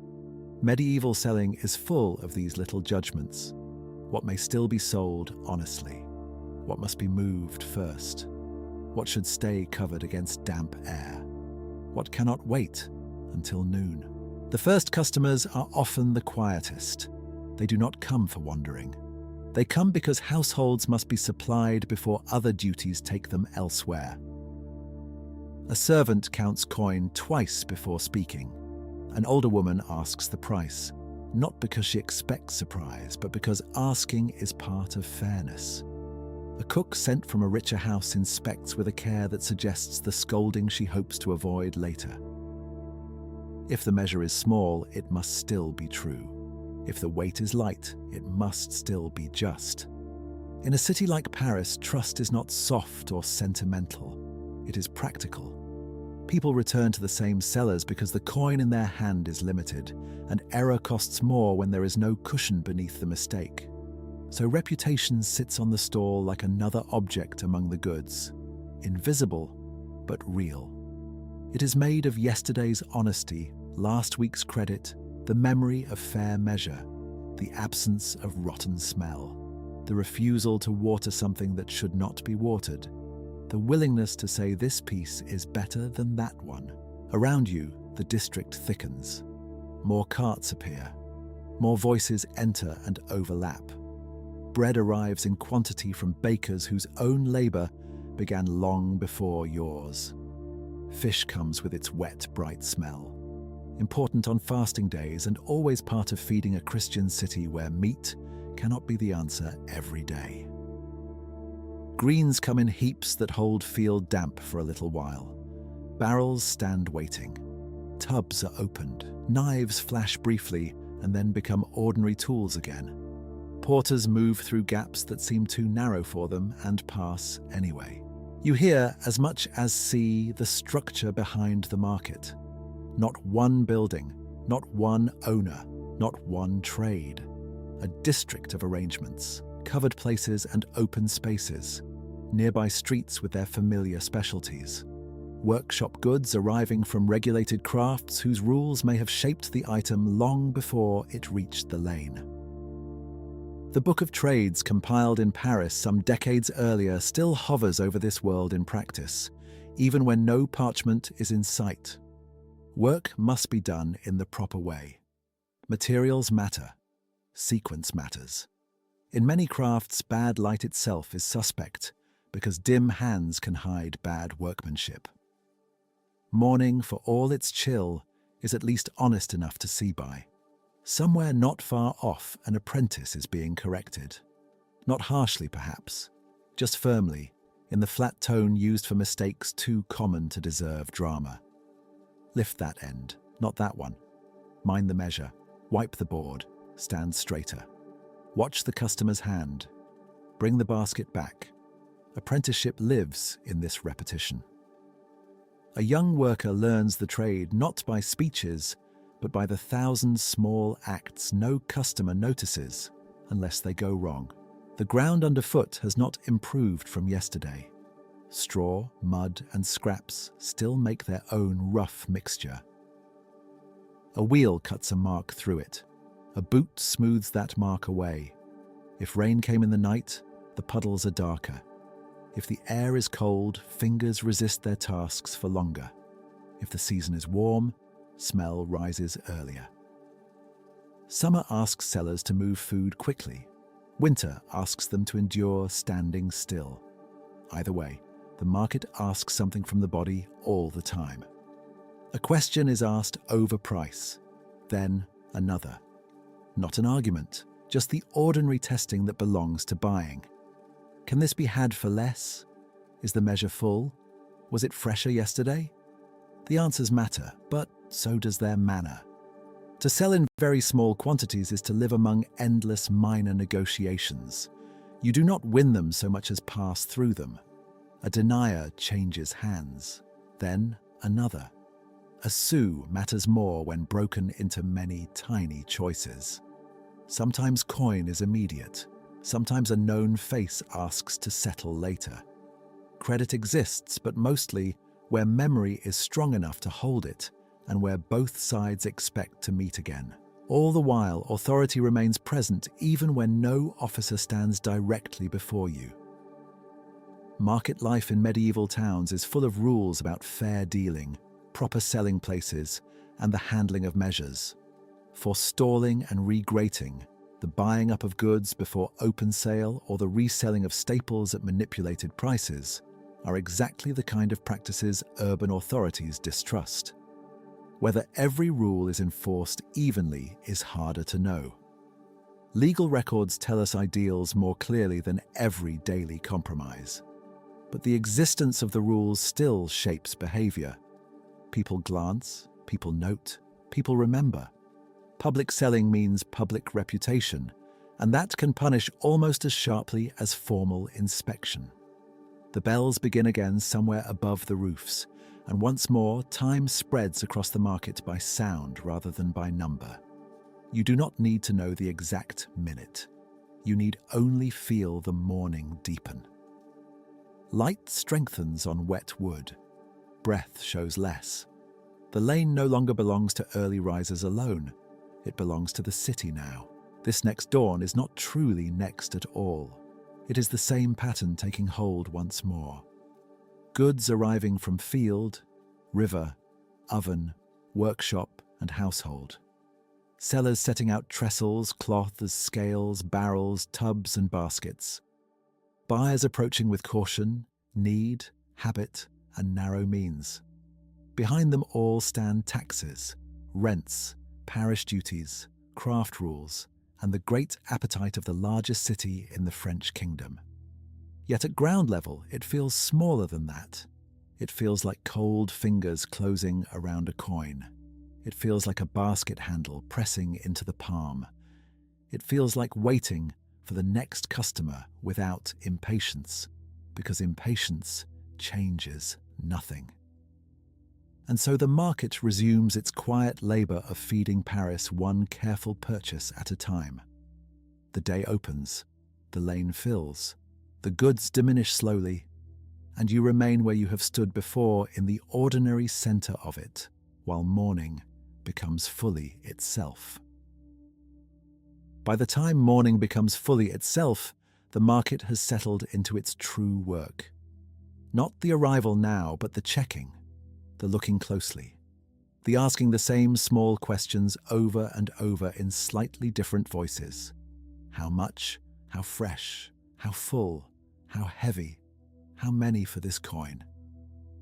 You begin to feel that trade in Paris is not only about goods, it is about measure, It is about trust, which is a slower thing than measure and harder to set right once damaged. A woman leans over a basket of onions and lifts one near her face. Not dramatically, only carefully. She presses the outer skin with her thumb. Another buyer watches the scales at a fish stall, not the fish itself.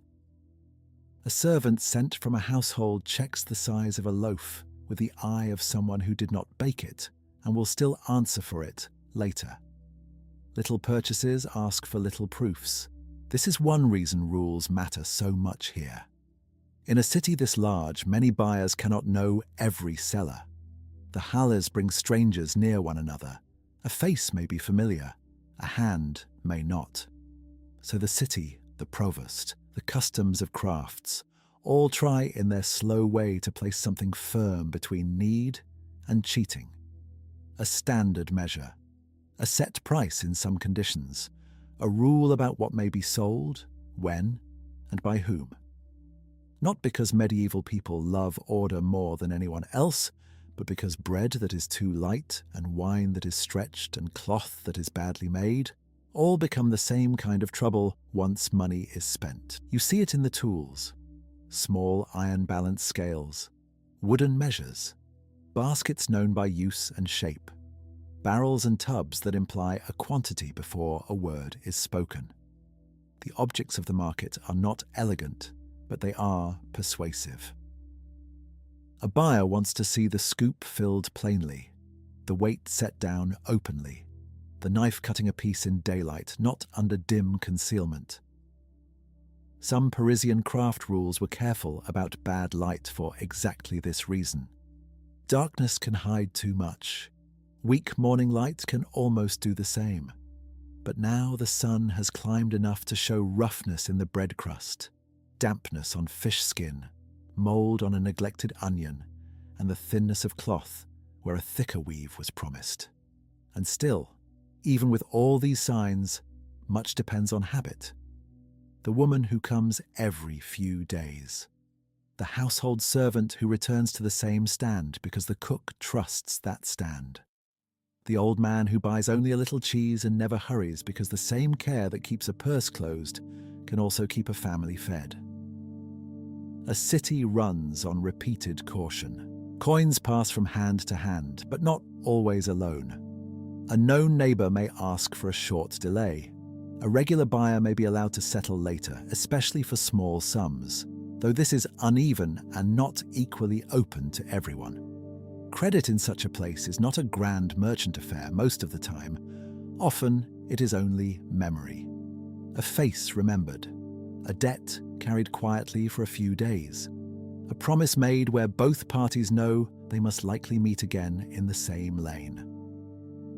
You stand long enough to notice how many purchases are tiny. Not a grand wheel of cheese, but a small cut. Not a sack, but a handful.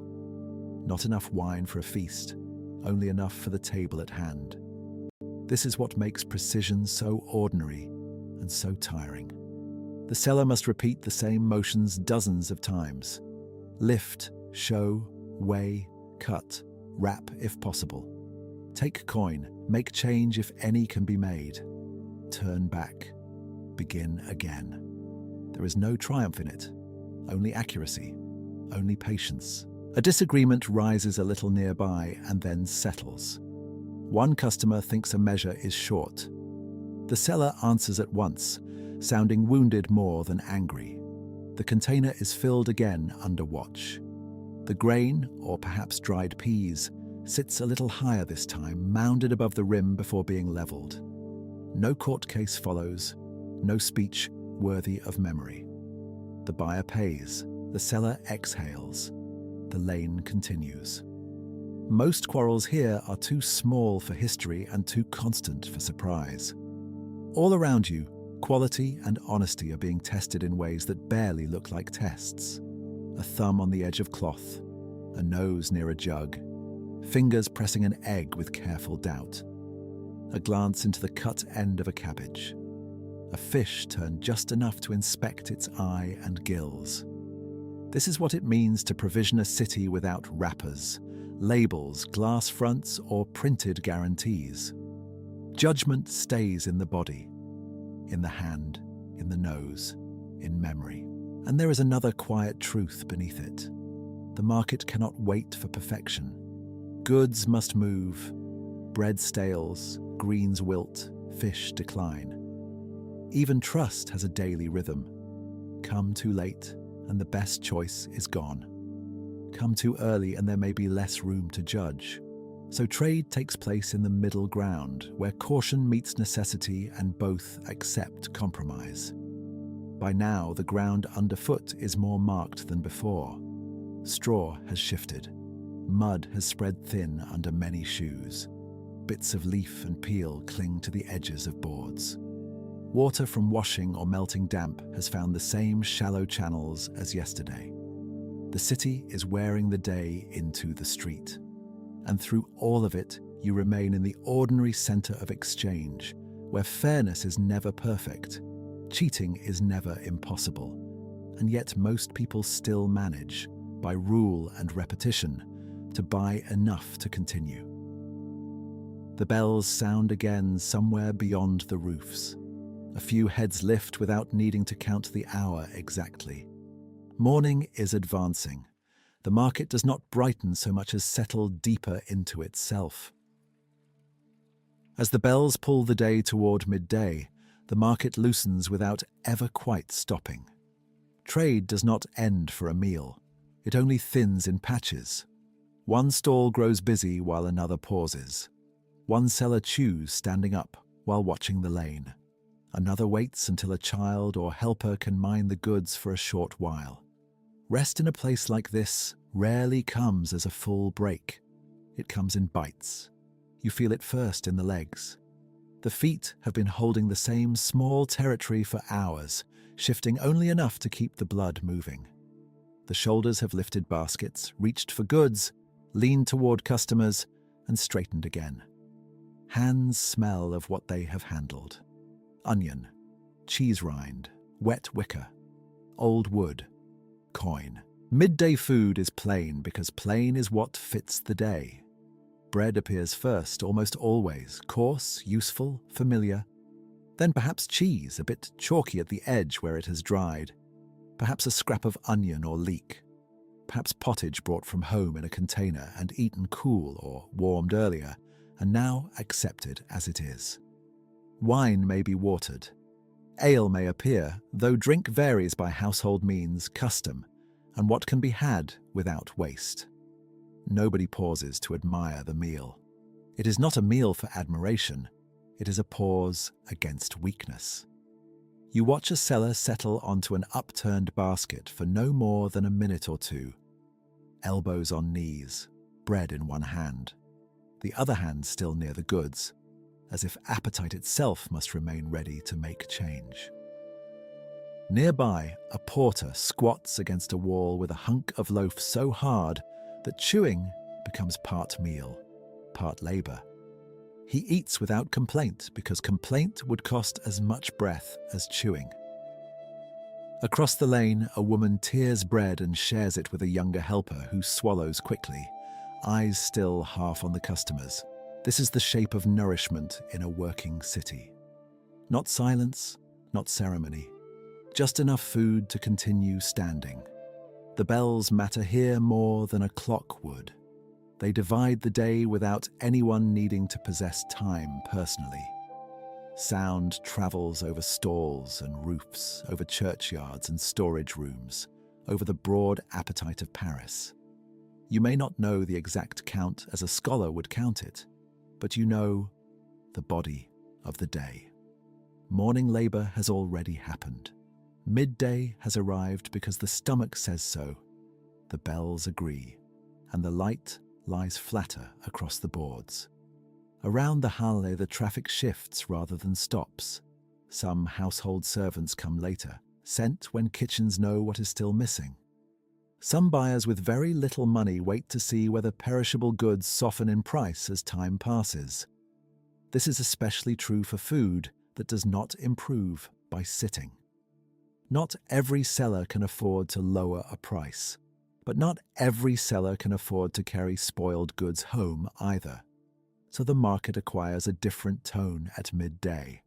Less rush in some corners, more calculation in others. A fish seller stares at the tubs with the look of someone counting hours in freshness instead of numbers. On a fasting day, such trade may be brisker, since Christian custom sends many people away from meat and toward fish.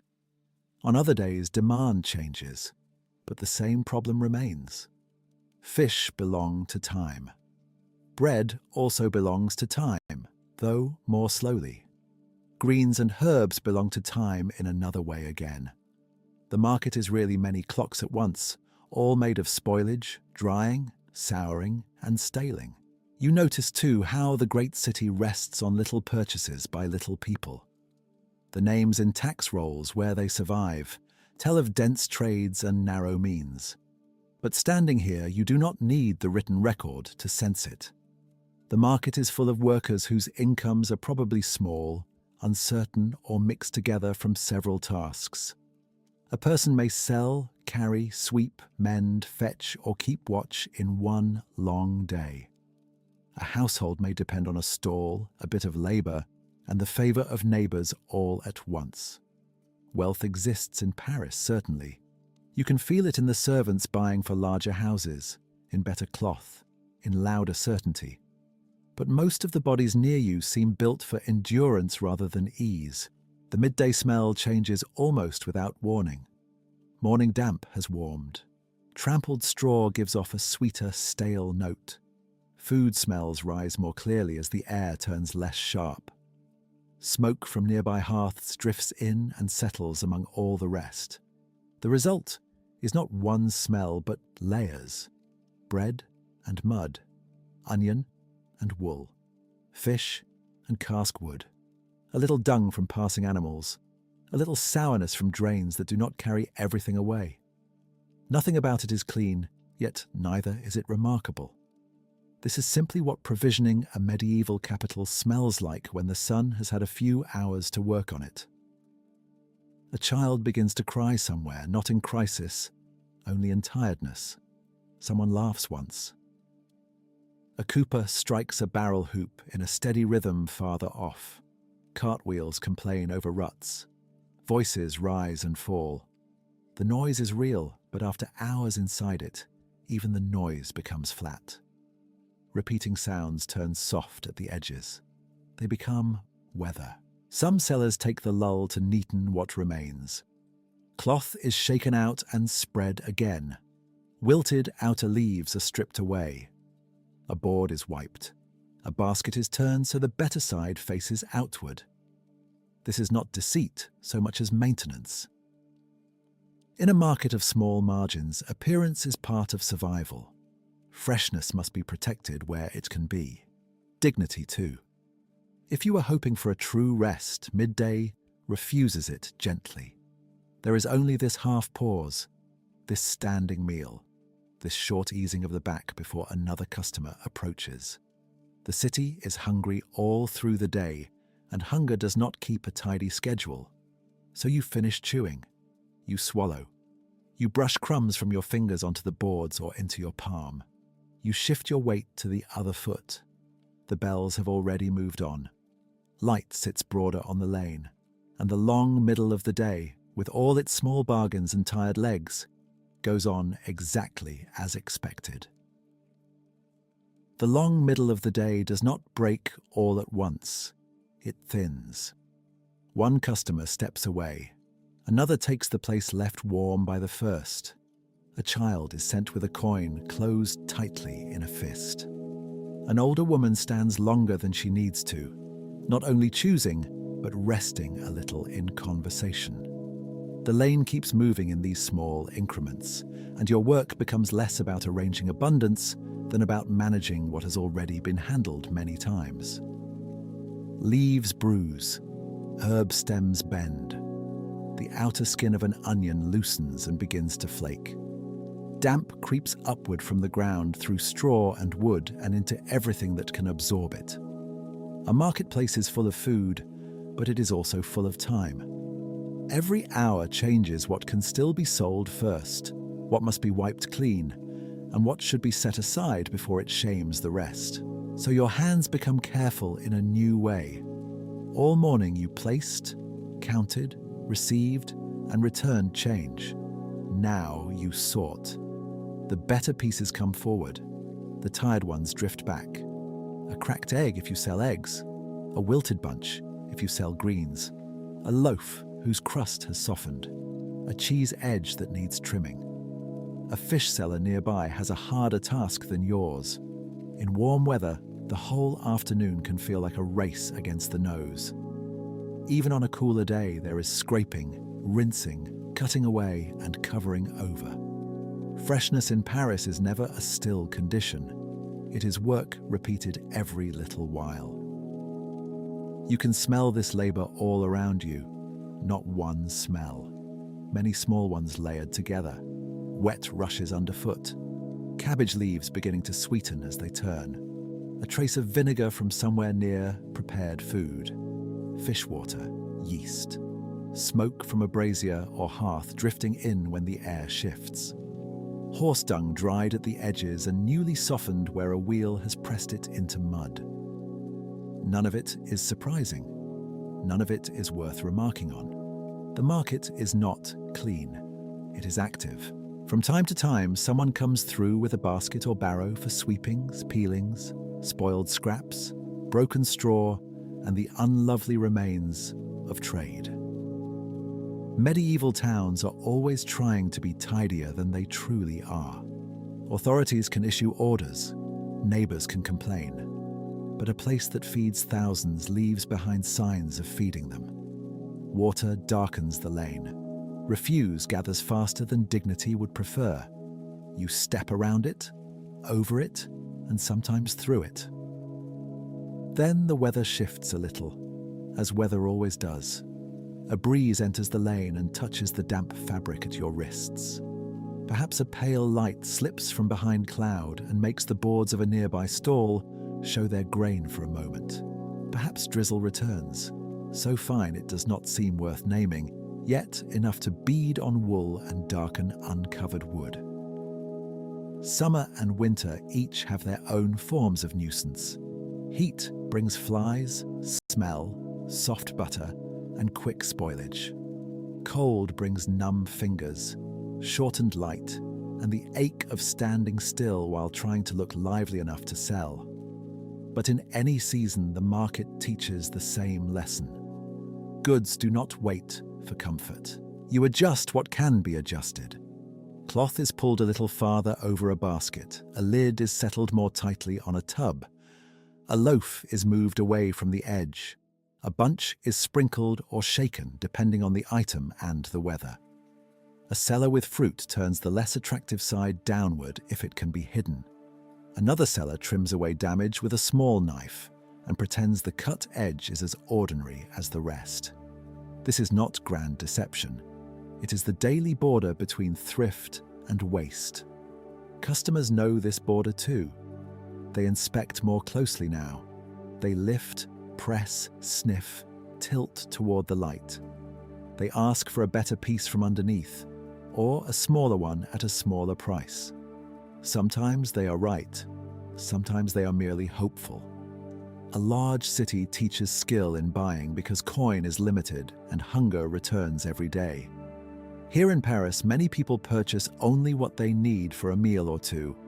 They do not have room, money, or reason to buy far ahead. So the afternoon shopper is not casual. The afternoon shopper is exact, and you, by now, are exact in return.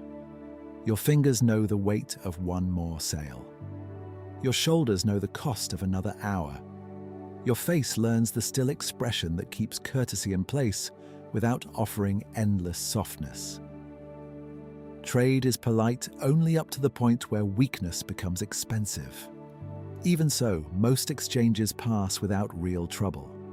A little complaint, a little defense, a coin tested, a measure checked. Then the purchase is made or not made, and the lane resumes its old murmur. Somewhere overhead, bells mark another point in the day. You do not count with precision. You feel it instead. The angle of light has shifted. The porters move with a different kind of fatigue. Morning urgency is gone. Evening has not yet arrived. This is the hour when the market begins to think quietly about what will not be sold and what labor remains after selling ends. So you continue. You tidy the visible surfaces. You keep the best to the front. You make peace with the damp. You breathe what everyone breathes. And around you, the great market of Paris goes on feeding the city, not by splendor, but by constant small rescue from waste, one item at a time. By this part of the afternoon, weariness makes the market seem simple. Goods on a board, coins in a palm, buyers passing. But the longer you stand here, the less simple it feels. Every basket, every loaf, every strip of cloth, every small pile of onions or eggs or fish has arrived through a chain of claims. Someone made it. Someone carried it. Someone rented space to set it down. Someone expects payment beyond the buyer who hands over a coin. This is one of the quieter burdens of the day. You do not spend every minute actively paying, yet money is being thinned by obligations even while you sell. Rent for a house room if your household does not own it, fees or dues tied to trade, charges folded into transport, the cost of replacing tubs, baskets, cloth covers, knife edges, cord, measures, lamp fuel, and all the little things that wear down faster than they seem they should. If you belong to a more clearly organized trade, then rules and standings matter too. If your work sits in a looser corner of retail, the paperwork may be thinner, but uncertainty is thicker. In either case, a good day is never equal to a free day. Paris in these years is a city of names written down when money is due. Tax rolls survive because governments like lists. Sellers do not always like lists, but they live inside them all the same. A person may vanish into the crowd while buying a leek or a loaf, yet become very visible when dues are counted.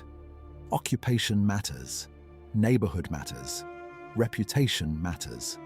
What you own, what you owe, and where you stand all matter. You feel this without needing to recite law. It is there whenever you look at the day's small earnings and begin silently separating them before they are even yours to use. This part buys tomorrow's stock. This part goes to the household. This part must wait for a creditor. This part may disappear into a fee, a rent, a tax, or a debt carried over from a weaker week. Coins warm quickly in the hand, but they cool in the mind, and place itself has a cost. To stand in or near the great market district of Paris is to stand in one of the kingdom's busiest organs of supply. The halles are not a single room where all is neat and enclosed. They are a knot of covered spaces, open stretches, lanes, nearby houses, storage corners, and trade habits old enough to feel natural. Space inside such a knot is valuable precisely because people come here expecting to find what they need. That expectation has weight. It draws feet. It rewards position. It also creates quarrels because a better corner is never only a better corner. It is more eyes, more custom, more chance. So there are ordinary frictions, not dramatic ones. A stall edge inches too far outward. A basket is set where feet must pass. A porter pauses too long and blocks a buyer's reach.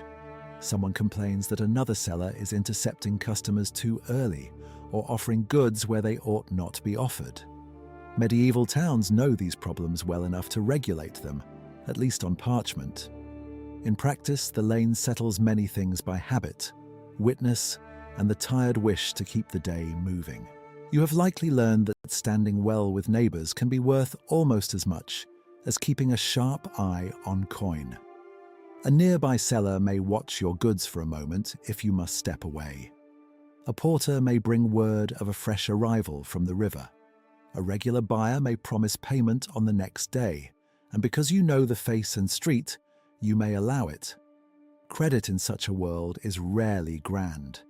It is often only a short bridge between one market day and the next. But these bridges matter. They are built from memory more than ink. Memory also guards against cheating. You remember who presses every measure, who asks for the finest pieces while arguing the lowest price, who pays honestly without delay, who returns with complaint after taking home exactly what was chosen. In a city this large, not every exchange can rest on friendship, but many small trades still lean on repetition. The market lives by rule, yes, yet just as often by being seen again. None of this makes the afternoon dramatic. It makes it dense. Even while your hands perform ordinary actions, the mind is quietly keeping accounts. Not elegant accounts. Not the accounts of clerks with smooth parchment and dry benches. Your accounting is felt in the body. In the slight reluctance before spending one more denier on supper. In the way you glance at what remains unsold and turn quantity into hope or worry. In the knowledge that a busy market can still leave a household narrow at week's end. Perhaps a collector or official presence is visible now and then. Perhaps not at this moment. The important thing is not a sudden inspection scene. It is the settled fact that authority exists in the market, whether or not it stands directly before you. Standard measures matter because someone may compare them. Quality rules matter because bad work offends not only buyers, but order itself. Taxes matter because the city and crown are not abstract when they can count occupations street by street. So the afternoon passes under more than cloud and bell sound. It passes under obligation, quiet obligation, repeated obligation. The sort that does not shout yet shapes where you stand, what you charge, how long you remain, and how much of the day's labor is truly yours when the lane begins, much later, to empty. For now, though, there is still custom to serve. Another buyer pauses. A coin appears. A question is asked in the same worn way as before. You answer. You measure. You pass the goods over. The transaction is small. The world behind it is not small at all. Yet in your hands it becomes simple again, as evening slowly starts to think about arriving. Another buyer leaves, and for a little while no one steps into the narrow space before your board. The air has changed without asking permission. It is not yet dark. Paris does not surrender the light so quickly. But the afternoon no longer feels open and broad. It begins to fold. Shadows gather beneath the trestles. Damp returns to the wood. The lane that all day seemed to push forward now hesitates in small breaths. You feel it first in your legs. They have been telling the truth for hours. Your feet are hot and sore inside their worn leather. Your back has learned the shape of standing. One shoulder hangs a little lower than the other from lifting baskets, shifting tubs, drawing cloth back, and leaning forward to hear what customers say. Nothing dramatic has happened. That is the tiring part. The day has simply gone on and on, asking the same things in the same voice. Then a bell begins somewhere above the roofs. The sound does not stop the market all at once. It spreads over it. One strike, then another. A long metal note moving through smoke, through the smell of onions and fish water and damp straw, through ordinary speech. Other bells answer from farther away, not perfectly together. They mark the hour as the city understands hours, not with private little machines in pockets, but with churches speaking over the houses. You do not count the strokes for precision so much as feel what they mean. Late day. Time to think about prayer. Time to think about how much still lies unsold. Some people cross themselves without fully pausing. Some murmur a prayer while continuing to tie a cord, fold a cloth, or pick through a basket. Some stop more completely. That varies with trade, with habit, with conscience, with how pressing the work is. The market is tied to parish life, but it is not a monastery. Goods do not vanish because a bell rings. Mud does not dry. Customers do not stop being hungry. Still, the bells pull at the edge of the mind. They remind you that the lane belongs not only to buying and selling, but to a Christian city arranged around holy time. If there is a parish church close by, as there often is in these crowded quarters, the thought of its cool interior briefly opens in you like another street. Stone, wax, a little dimness gentler than outdoor cloud, the scrape of shoes at the threshold, a few bent heads. Perhaps you cannot leave your place just now. Perhaps you only bow your head for a moment, lips moving around words learned long ago. Perhaps someone beside you, with fewer goods left to guard, slips away for a short office or a prayer before returning. A large city does not keep one single rhythm. It keeps many, layered together. The bells also sort the buyers. Household servants who have spent the day being sent on errands begin to hurry more plainly, wanting to return before full dusk with what they were ordered to fetch. A clerk with ink on his fingers appears to buy something small for supper. A woman with a child at her side asks for the cheaper portion, not the neatest one. Her coins are counted twice. An old man stands too long comparing one bundle with another, because to choose badly is to waste what little he has. Evening trade has its own face. The rich still buy, but the tired buy more visibly. You notice too that voices lower a little. Not everyone. There are always carts, always a shout when a wheel catches, always some argument over price, measure, or place. Yet the heat has gone out of the loudest part of the day. Traders who were brisk at noon become economical. They say fewer words. They know which customers are only touching and which are about to spend. Apprentices, if a master has one, work with that heavy patience that comes near the end of labor. Sweep here, stack there, hold this basket steady.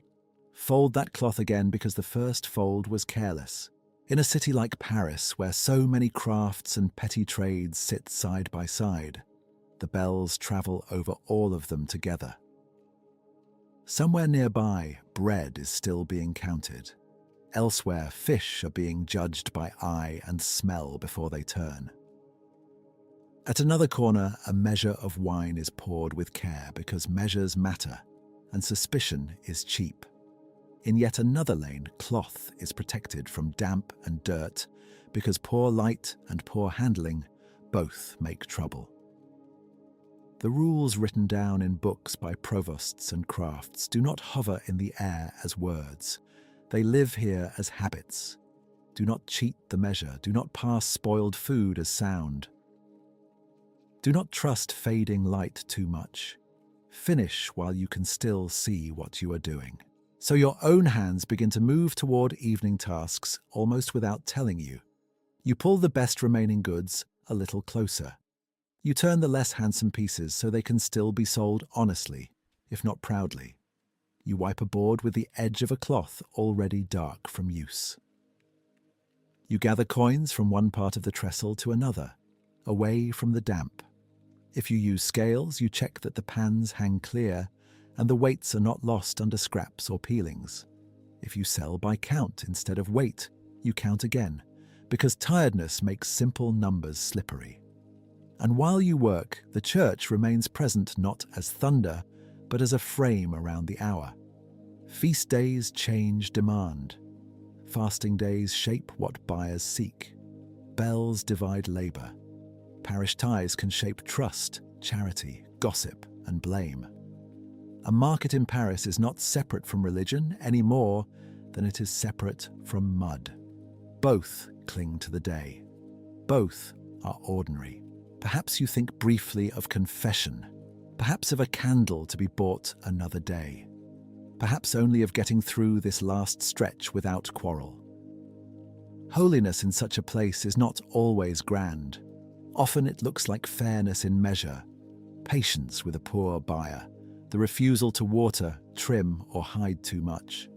The brief prayer said while hands continue moving. It is mixed in with commerce, not set far above it. The bell tones thin into memory. The lane resumes itself, though now with evening inside it. A few more people stop. A few more coins pass. A few more small necessities leave your board and become someone else's supper. Overhead, the light continues to fade, slowly and without drama. You stand where you have stood all day. You answer another question. You make another little sale. And the market, held between parish bells and weary feet, moves calmly toward night. By the time the next slow patch arrives, the market is no longer pretending to be endless. You can see the edges of the day now. They show themselves in practical ways. More boards are visible where goods once sat. More baskets have gone light. More sellers glance down their lanes instead of outward toward fresh customers. The city is still hungry, but it is turning that hunger toward evening tables, hearth smoke, and doorways that close. This is when selling becomes a kind of arithmetic mixed with judgment. What can still go tonight? What must be discounted a little? What can be kept until morning without shame? What needs trimming, salting, drying, covering, or carrying home at once? In a great market district, waste is always waiting. You have spent the whole day leaning against it. Now you count what remains between your labor and its appetite. A woman pauses and asks the late-day question in one form or another. Is that the best price? Can she take the smaller portion for less? Will you add one bruised piece if she buys the rest? This is not a noble contest.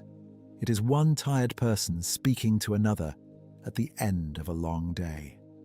You look at the goods, you look at the light, you look at her hand around the coin, then you decide. Sometimes the answer is no, because dues have already taken enough, and tomorrow also costs money. Sometimes the answer is yes, because carrying something home may cost more than letting it go now. Around you, others do the same sums. Fish sellers become more anxious than bread sellers for obvious reasons. Freshness has a shorter leash. Greens and herbs droop if the day has been long or warm. Eggs must be handled with care. Cheese is more patient, though not immortal. Bread can harden and still feed someone tomorrow, if not as pleasantly. Every trade has its own kind of evening mercy and evening loss. You begin to sort with hands that know the work, even when the mind is dull. Good pieces together, damaged ones apart, dry things on one side, wet things wrapped or lifted so they do not soak everything else. Cloth covers are shaken and spread. Basket cords are checked. A tub is tipped slightly to let bad water run away from what should stay. Straw that began the day almost clean is now darkened, flattened, and sour. Some of it is thrown aside. Some will simply remain underfoot with the rest of the market's used day. An apprentice nearby sweeps peelings, stems, trampled leaves, and mud into a heavier little ridge. The sound is faint, more dragging than brushing. Another seller knocks dirt from a board with the back of a knife. A cooper's barrel hoops clink somewhere out of sight. A cartwheel complains. Hooves pass more slowly now. The noise is still there, but spread thinner. It no longer fills every gap. If your trade is modest, as many are, there may be no grand storeroom waiting. The goods that remain may go into baskets, barrels, cloth bundles, or lidded tubs, and travel only a short distance to a room, a shed, a shared yard, or a corner under cover. In some cases, sellers likely lived above, behind, or very near where they worked, though the exact arrangement varied with money and trade. In a place like this, home and commerce often pressed close together. A day did not end with a noble departure. It ended with lifting things that had already been lifted too many times.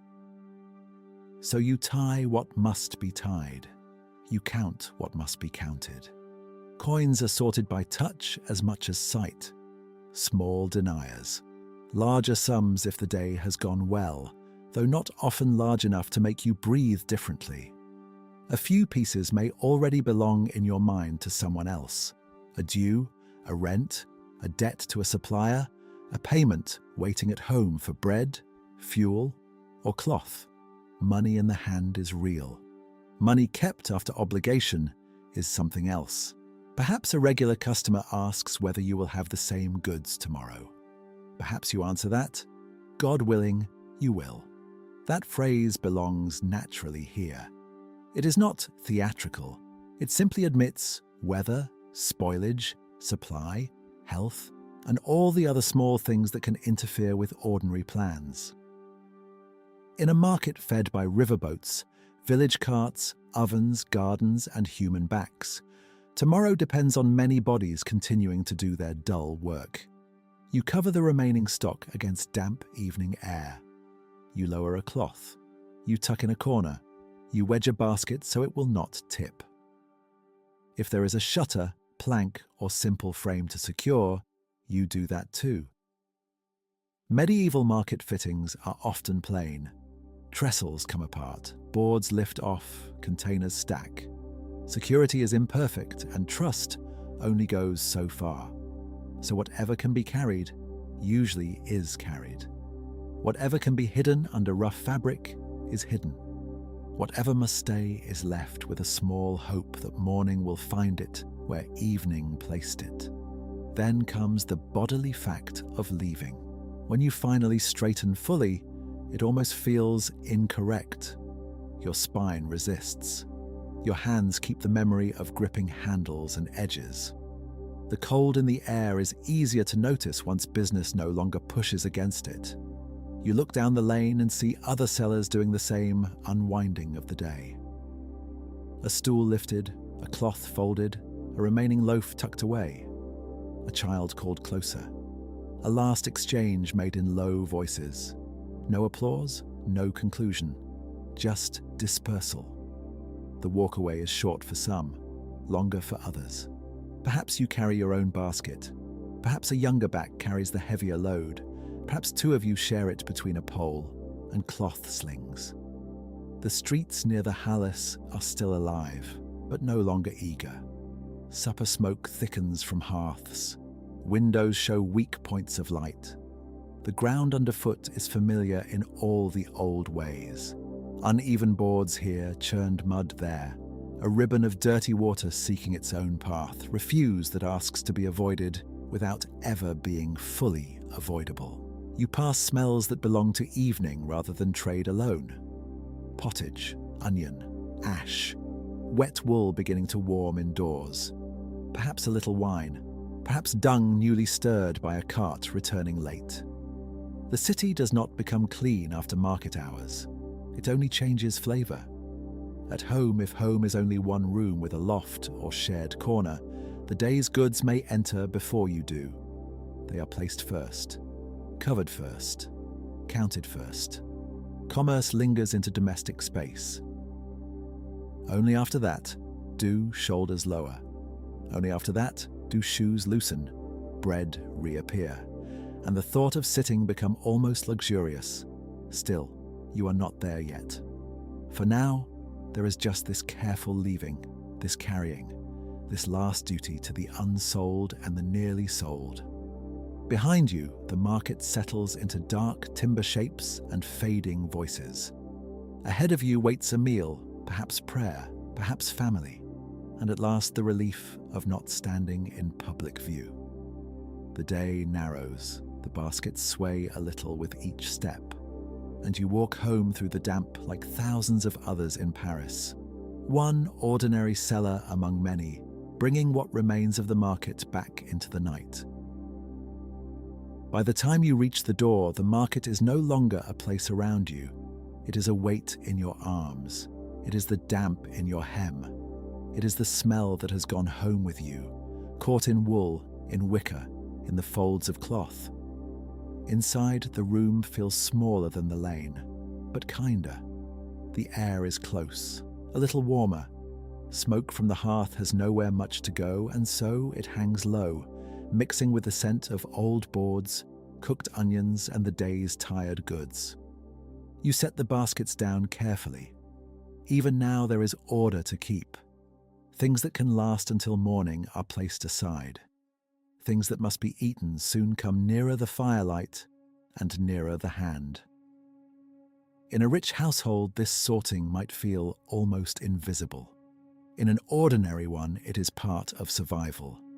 A bruised pear matters. A cracked egg matters. A loaf gone too hard for tomorrow's customer still matters very much for tonight's meal. So supper begins, not with serving, but with looking. You inspect what remains. Greens are touched, turned, and judged. Wilted leaves are pulled away so the better ones beneath can still be used.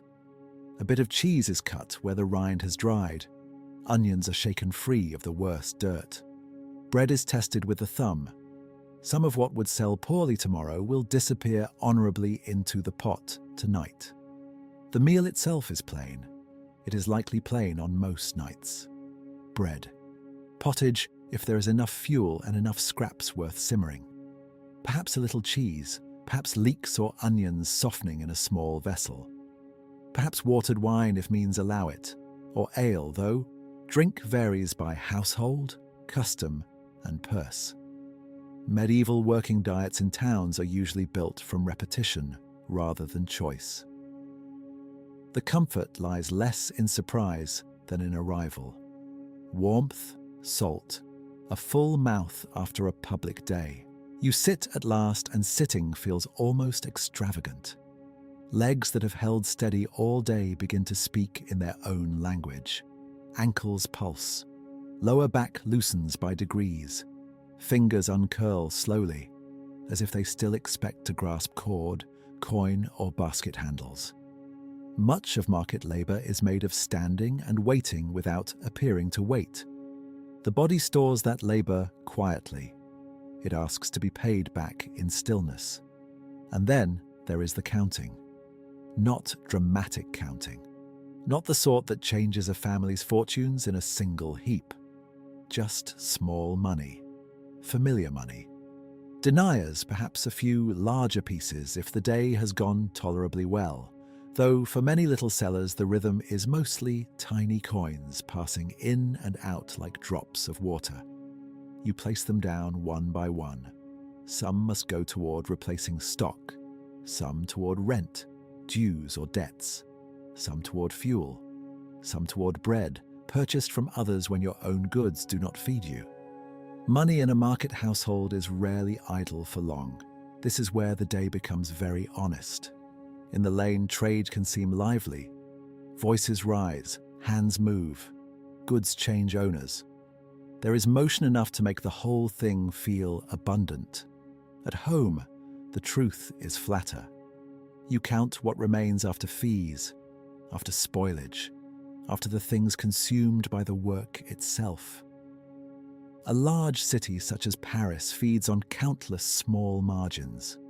The halles may be busy, but business and comfort are not the same thing. If another member of the household works with you, this is when the quiet talk begins. Not grand planning, not speeches, just the ordinary reckoning of tomorrow. How much is left? What sold fastest? Whether the damp spoiled more than expected? Whether buyers complained about price? Whether one regular customer asked to pay later? Credit of that small neighborhood kind likely exists, at least among people who know one another, though it leaves few neat records. Trust can stretch a meal or tighten one. Perhaps a child dozes near the hearth. Perhaps an apprentice from a related trade eats quickly and says little. Perhaps there is no such helper at all, and the room is smaller in voice than in space. The exact shape of each seller's household in Paris in 1296 is often hard to pin down. Some people likely sleep close to work or storage. Others walk farther. Some women sell in ways less formally described than the masters of better documented crafts. But whatever the arrangement, evening brings the same small arithmetic. Food, fuel, feet, coin, morning again. You may mend a cloth while the light remains. You may shake mud from the lower edge of a garment. You may wipe a board, rinse a knife, or hang a basket where mice will find it less easily. Medieval homes are full of maintenance so ordinary that it almost disappears from written records. Yet that unnoticed labor keeps tomorrow from becoming harder than it already will be. The room grows dimmer. This matters more than it would centuries later. Poor light narrows useful work. In many Parish trades, rules discourage labor under dim conditions because bad light could hide poor workmanship. Even in a household not governed by such exact workshop rules, darkness still makes everything slower. Threads are harder to see. Dirt hides in corners. A miscounted coin is easier to accept by mistake. Night does not merely end the day. It limits what hands can safely and honestly do. So the pace softens on its own. Spoons scrape, fire shifts. Outside, somewhere beyond the wall, another door closes. Another family counts. Another weary seller decides whether to keep one small thing for breakfast or carry it back out to sell at first light. Paris is very large in 1296, the largest city in the kingdom, but much of that greatness is built from rooms like this one, where the evening meal is plain and the sums are narrow. When the food is gone, the bowls are not left grandly empty. They are simply used. Bread ends are saved. A scrap is wrapped. Water is set by. The unsold goods are no longer market goods. For a little while they become household goods. Tomorrow's hope or tonight's supper. And you, at last, are no longer on display. You are just tired. Quietly, thoroughly tired. It is not a tragic feeling. It is simply the shape of the day once trade has been set down. After the bowls are cleared and the last useful light has thinned, the room begins its final rearrangement. Day things become night things. A stool is moved, a cloth is folded, a basket is turned over or set against the wall. If you share the space with others, each body must fit around the objects that made the household work only an hour before. Medieval domestic space is often asked to do more than one job. Eating room becomes sleeping room. Storage remains storage whether people must step around it or not. There is no sharp line between evening and bed. It arrives by subtraction. Less talking, less mending, less moving. The fire settles lower. The air cools near the door and stays warm only close to the hearth. Smoke lingers in the rafters. Wax, if there is a candle, is used with care. Light costs, fuel costs. Everything that burns must justify itself. Your hands make the last motions from habit. Shoes are checked and set where they can be found before dawn.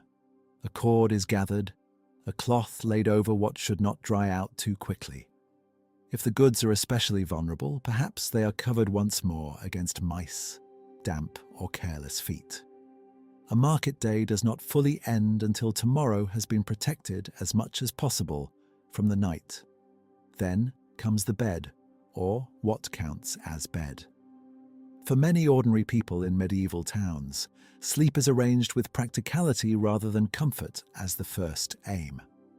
A straw mattress, a pallet, a shared surface, blankets if the household can manage them, perhaps sheets of coarser linen, perhaps not. Exact arrangements vary by means and by household. The records tell us more often about rents, trades and disputes than about the precise softness of an ordinary seller's sleeping place. But it is safe to say that sleep in such a room is close to other people, close to stored things, close to the smell of work. You lie down with the day still on you. Hair keeps the smoke. Skin keeps the cold where sleeves rode up. The shoulders remember basket straps. Souls remember stones and damp boards and the long demand of standing. There is no miracle in lying down. The aches do not disappear at once. They spread out with you. But they become easier to carry once the body is horizontal, and no stranger is asking the price of onions, eggs, fish, cloth, or bread. Outside, Paris does not become silent. A city of this size never truly does. There are still footsteps in the lane, a cart somewhere late, a dog objecting to something no one else can see. Voices, then not voices. And above all, the memory of bells. The bells may not be ringing at this exact moment, but they have already divided your day. They told morning what to become. They pressed afternoon toward evening prayer. They marked the market without needing your permission. Even in bed, time in a medieval city is not fully private. It belongs partly to church, partly to season, partly to labor. You think, perhaps, without trying to think about tomorrow's weather. Rain means mud carried in, hems soaked, buyers impatient, goods bruised, smoke hanging lower in the market lanes. Heat means smell quickening, greens failing faster, fish turning dangerous sooner, tempers shortening by a little. Winter means short light and numb fingers. Summer means speed. The market changes with the season, and so must you. There is no final mastering of it, only adjustment. You may also think of dues not yet paid, of stock to replace, of a measure to borrow back, of a supplier expected at dawn, of a neighbour who still owes a few deniers. These thoughts are not dramatic enough to keep a poet awake, but they are enough to keep an ordinary seller half aware for a while. Commerce in a place like Paris continues after the stall is empty. It continues in the mind as lists without parchment. And still sleep comes. Not because every worry has been solved, but because the body insists. Medieval work, especially market work, contains so much repetition that tomorrow can be imagined before it arrives. You will rise in the dim. You will reach for the same garments, still not fully dry. You will touch baskets, cloths, boards, measures, cords. You will join again the long movement of people carrying the city into itself. Bakers, porters, fish sellers, dairy women, herb sellers, petty retailers, cart drivers, all feeding the same great place by means of very small acts repeated without praise. In that sense, the day never entirely closes. It folds, that is all. One market day laid over the next like cloth over goods at dusk. The kingdom beyond Paris may concern itself with kings, wars, taxes, roads, and decrees. The provost's rules may stand behind trade. The parish bell may call over it. But here at bed level, history feels narrower. It feels like wool near the face, like straw shifting under the shoulder, like tired calves slowly unclenching in the dark. If others sleep in the room, you hear their breathing settle at different speeds. One person turns once and is gone into sleep. Another coughs. A child murmurs and then quiets. If you are alone, the room has its own sounds instead. Timber clicks softly as it cools. Embers sigh into ash. Somewhere a drop of water finds the same place again. There is nothing to solve tonight, nothing to chase, nothing to reveal. Only the plain end of a working day in Paris in 1296. Only the ordinary mercy of lying down after standing so long. And while the city keeps breathing beyond the wall, you let your own breathing become slower, easier, smaller. The market has taken its share of the day. Sleep takes the rest. By dawn, the room will ask everything of you again. But not yet. For now, the baskets are still. The coins are counted. The fire is low. The bells are far away. And you drift, as countless unrecorded sellers must have drifted, into a sleep earned not by glory, but by repetition. Sleep does not finish the work. It only places a soft cloth over it for a few hours. Before the room has properly warmed, before the lane outside has gathered its full voice, morning begins again in the same narrow way. You wake not to novelty, but to duty returning. The body knows it first, ankles a little stiff, shoulders remembering the baskets, fingers slow to open. The market ended, and now the market begins again. In a city as large as Paris in 1296, this is how most days survive. Not through grand plans, but through many ordinary people rising before they want to. Somewhere ovens are already hot. Somewhere fish has come in wet and cold. Somewhere a cart has creaked in from gardens or fields beyond the denser streets. The hallers do not feed themselves. They are fed by feet, by backs, by hands, by habit. You lie still for a moment, and the room is almost kind. Straw shifts beneath you. A blanket, rough but useful, still holds a little of yesterday's warmth. Close by are the things that make the next day possible. Baskets, a cloth, a knife, a cord. Perhaps a small purse tied and retied until the leather has gone smooth where the fingers pinch it. None of it looks important. That is the nature of market life. The important things are small and used. Then your feet touch the floor, and the chill moves upward through the soles at once. There is no bright start, no cheerful opening to the day, only the quiet management of being alive early. A little water if there is some ready, a crust if there is one spared from yesterday. If not, the stomach waits. Many working people in medieval Paris do not begin with a full meal. Bread, cheese, onion, a cup of thin drink, perhaps later. The morning asks first for motion. You dress in layers that are less about comfort than endurance. Wool, if you have it. Linen beneath, if fortune allows. Hood drawn close. Shoes that already know the shape of mud. Clothes in the market are never simply clothes. They are weather, status, protection, and advertisement all at once. Too poor a garment may invite doubt.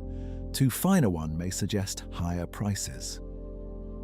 Most people settle somewhere in the middle, looking exactly what they are: tired, practical, and prepared to stand. Outside, Paris is not silent, only reduced. The bells mark time more faithfully than any private device. A market worker learns the day through sound, through the grey of the sky, through the traffic of bodies. The streets near the Halles will fill again, not all at once, more like a basin slowly taking water. As you move toward work, the city gathers around you in layers, smoke from hearths that never fully died in the night, damp rising from timber and earth, the sour note of refuse left too near a lane, the cleaner smell of morning bread if a baker is close, hooves somewhere ahead, a wheel hitting stone and then correcting itself. A muttered greeting, too tired to become conversation. If you sell food or carry it or prepare it for sale, the day begins before the buyer arrives. Goods must be uncovered, sorted, counted by eye, checked by hand. Anything bruised, stale, leaking, or already doubtful must be set apart. In a city market, trust is not soft. Trust has weight. People buy in small quantities. They remember where a loaf was short, where a measure felt mean, where greens wilted too soon. Reputation travels through lanes faster than carts do. This is one reason medieval towns cared so much about measures, prices, and sale conditions. The rules in Parisian trade ordinances may read dryly on parchment, but in practice, they touch the simplest motions. How much is offered? When it may be sold? Under what eye? Under what light? Some kinds of work are not meant to be done deep into the night, because dimness hides defects. Morning light, weak as it is, tells the truth better. You feel this without naming it. You straighten the cloth. You look closely. You lift and set down, lift and set down. If your goods come from a household economy as much as a formal shop, then the line between home and trade is thin. Historians can only partly reconstruct exactly how every petty seller in Paris arranged that line. Some surely worked from spaces very near where they slept.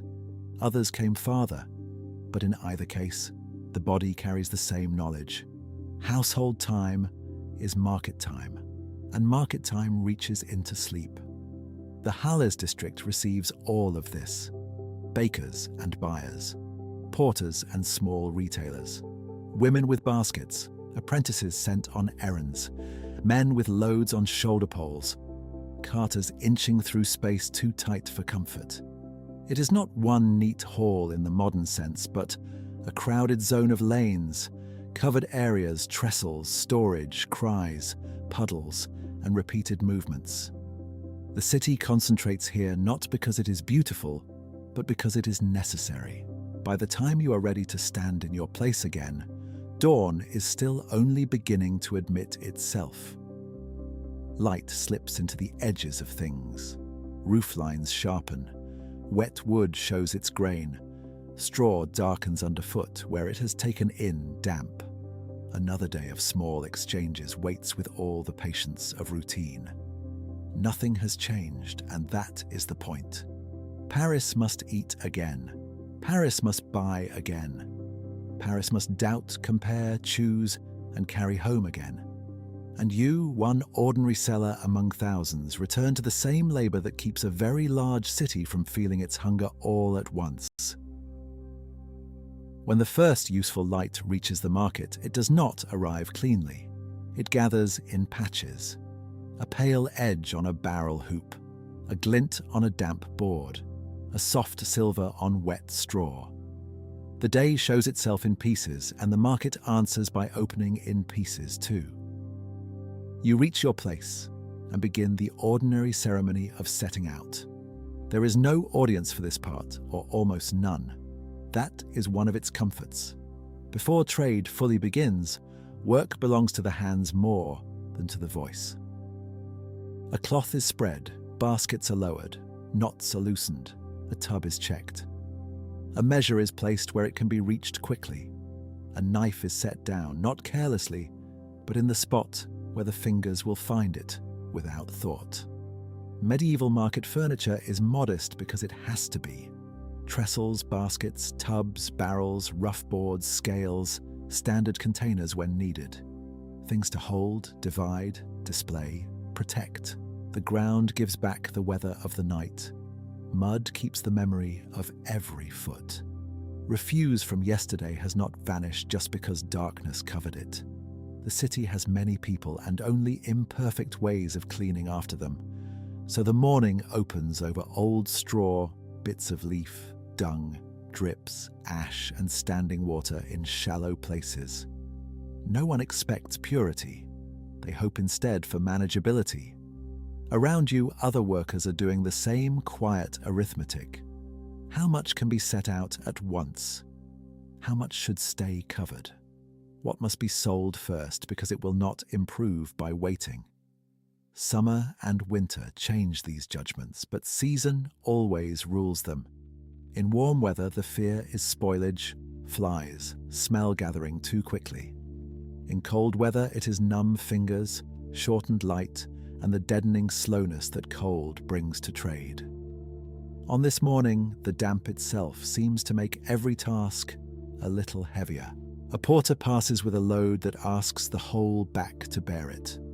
Another seller shakes a cloth once, then twice, then gives up on getting it truly clean. Someone coughs.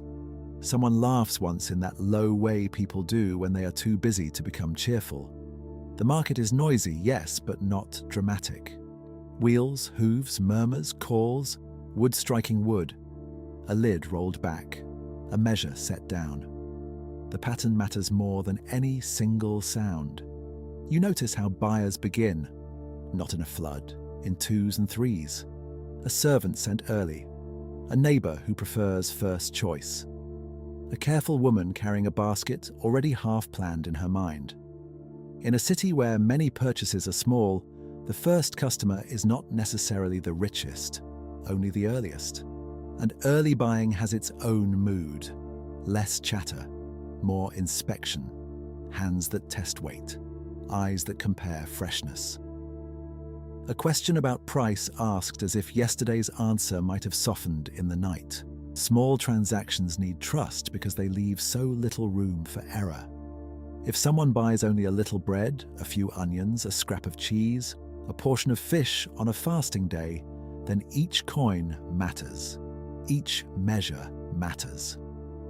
Medieval authorities knew this, which is why towns tried again and again to maintain standard measures and fair dealing, even if the reality on the ground must often have been uneven. Rules can be written more neatly than they can be lived. You feel the practical side of that truth in every exchange. A buyer looks at the goods before looking at you, then at you before looking back at the goods. You are part of the measure. Your face, your known habits, your place in the lane, the memory of what you sold last week, all of it enters the bargain without needing to be spoken aloud. For some sellers, especially those in well-defined crafts, the market is the visible end of a chain already shaped by ordinance, apprenticeship, and workshop routine. For others, especially small food vendors and petty retailers, the exact degree of regulation is harder for us to see clearly from surviving records. But from where you stand, the distinction matters less than the fact of exposure. Whatever the legal category, once goods are laid out in public, they must answer to weather, to custom, to rumor, to comparison. The bells continue to divide the morning in broad strokes. You do not carry a clock, you carry sequence.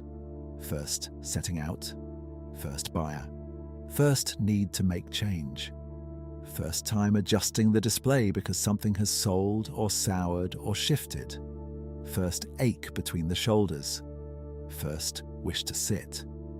These are the hours as a market body knows them, and still the light grows. Timber posts look less like shadows and more like worn wood. Faces emerge from hoods. Colours separate themselves from the grey. Pale onions, brown bread, dark cloth, a red hand from cold water. The whole district becomes visible not as a scene, but as a function. Paris feeding itself one coin, one basket, one complaint, one measured portion at a time. You settle into the standing rhythm again. Greet, wait, lift, wrap, count. Wipe the board, move the better goods forward. Keep the doubtful ones from seeming too doubtful. Watch the lane. Listen for a regular customer. Notice who is buying on credit from someone they know and who must pay at once. Small credit likely exists in many such places, especially among neighbours and familiar suppliers, though its exact shape in any one lane is rarely written down for us. What survives best in records is usually the rule, the tax, the dispute, not the quiet nod that says, "Tomorrow will do." So the morning continues in its plain and necessary way. Nothing is announced. Nothing is revealed. Light climbs a little higher over the hull. The straw stays damp. The boards stay rough. The coins stay few. And the market, which seemed to sleep, proves that it was only resting between one hunger and the next. So the morning continues in its plain and necessary way. A woman draws her purse closed with her teeth because both hands are full. A porter passes with a sack bent against his back. Somewhere close by, a cooper strikes a barrel hoop into place with a patient ring of iron on wood. None of it is important enough for a chronicle. All of it is important enough to keep the city alive until night. You stay where you are near rough boards darkened by years of damp fingers and spilled food. Your stall or your patch of selling space is not grand enough to separate you from the street. Buyers stand close. Their sleeves brush the goods. Their breath reaches you in the cold air. When they lean in to inspect, they bring the smell of wool, old smoke, wet leather, river mud, and breakfast taken in too much haste. By now, the first sharp hurry of dawn has passed. The people who had to buy before work have already come and gone. What remains is the long, middle stretch of trade. This part is less dramatic and more tiring. It asks you to stand, to watch, to repeat the same small truths in the same calm voice. Yes, these are fresh enough.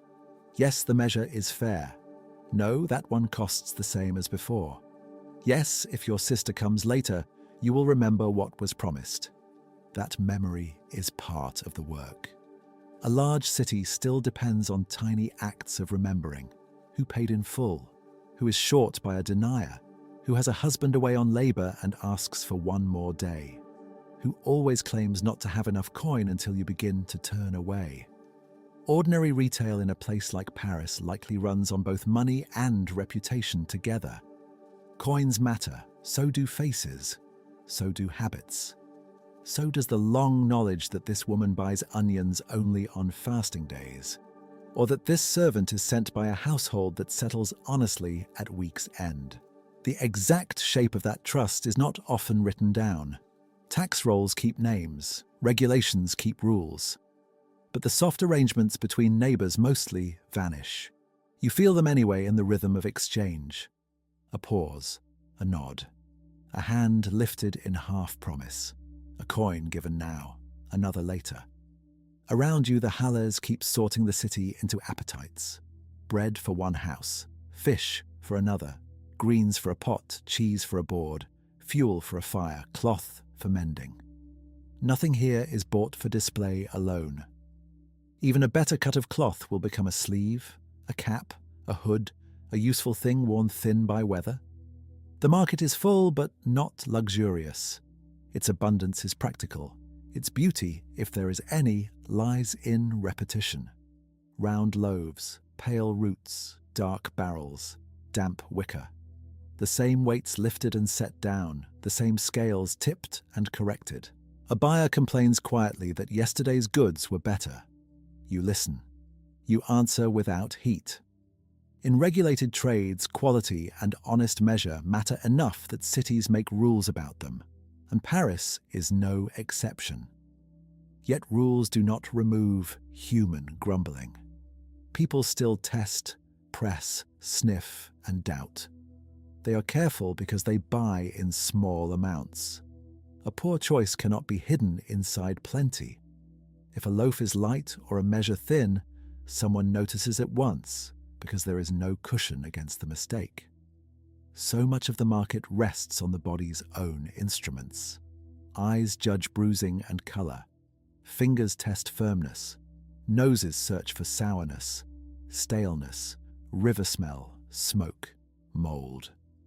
Ears know the difference between the dry knock of a sound barrel and the dull complaint of one beginning to fail. Long before printed labels and sealed packets, the customer must read the thing itself. You do the same. You keep looking over what remains in front of you. A little turn here, a little rearranging there. The better pieces are moved where the eye falls first. The weaker ones are sold sooner if they can be. If your trade is in food, time is always standing beside you, saying nothing, making its point through softness, smell, and flies when the weather warms. On a cool day, the pressure is gentler. On a hot one, it sits in every basket. The lane thickens, then loosens, then thickens again. Paris does not buy all at once. It buys in waves. A servant appears between errands. A priest's helper comes after some parish task. A child is sent with 2 coins closed in a fist.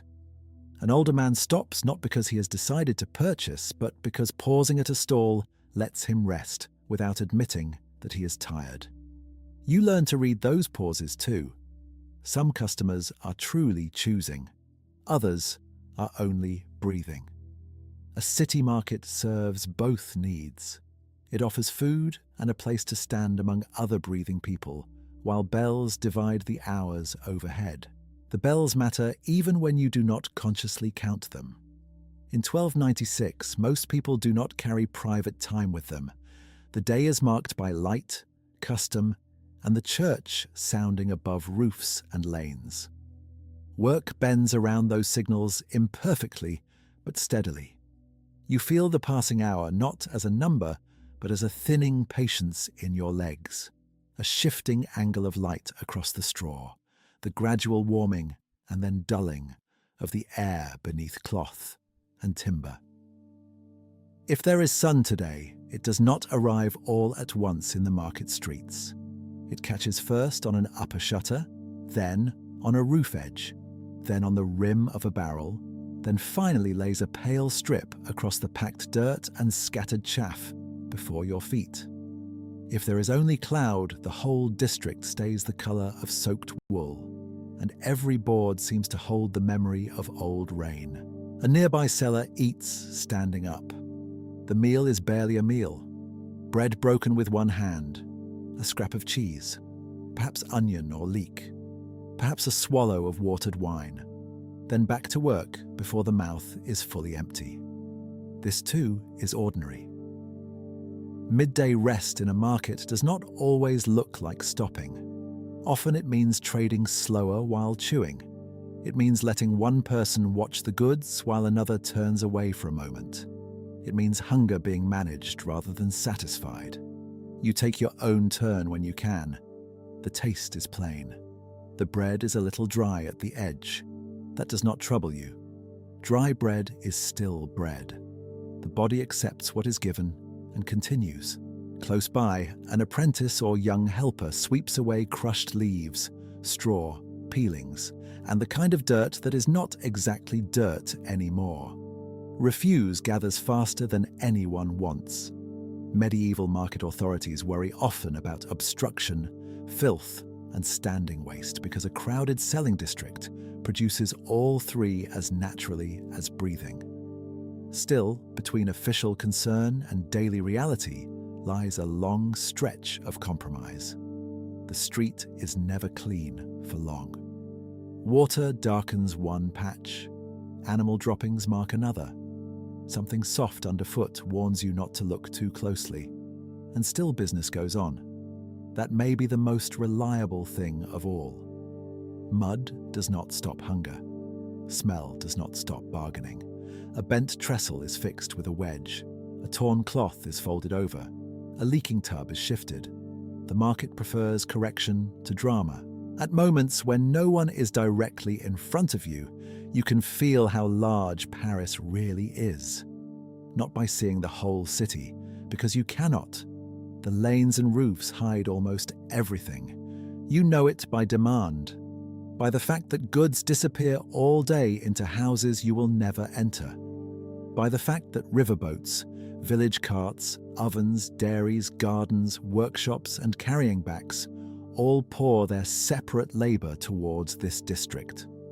The Halles is not the whole city. It is the place where much of the city briefly becomes visible to itself. Then the feeling passes because another buyer arrives. You lift, weigh, count, answer. The same motions return to your hands. Their repetition is not empty. It is the shape of survival in a city where thousands eat by the success of someone else's ordinary task.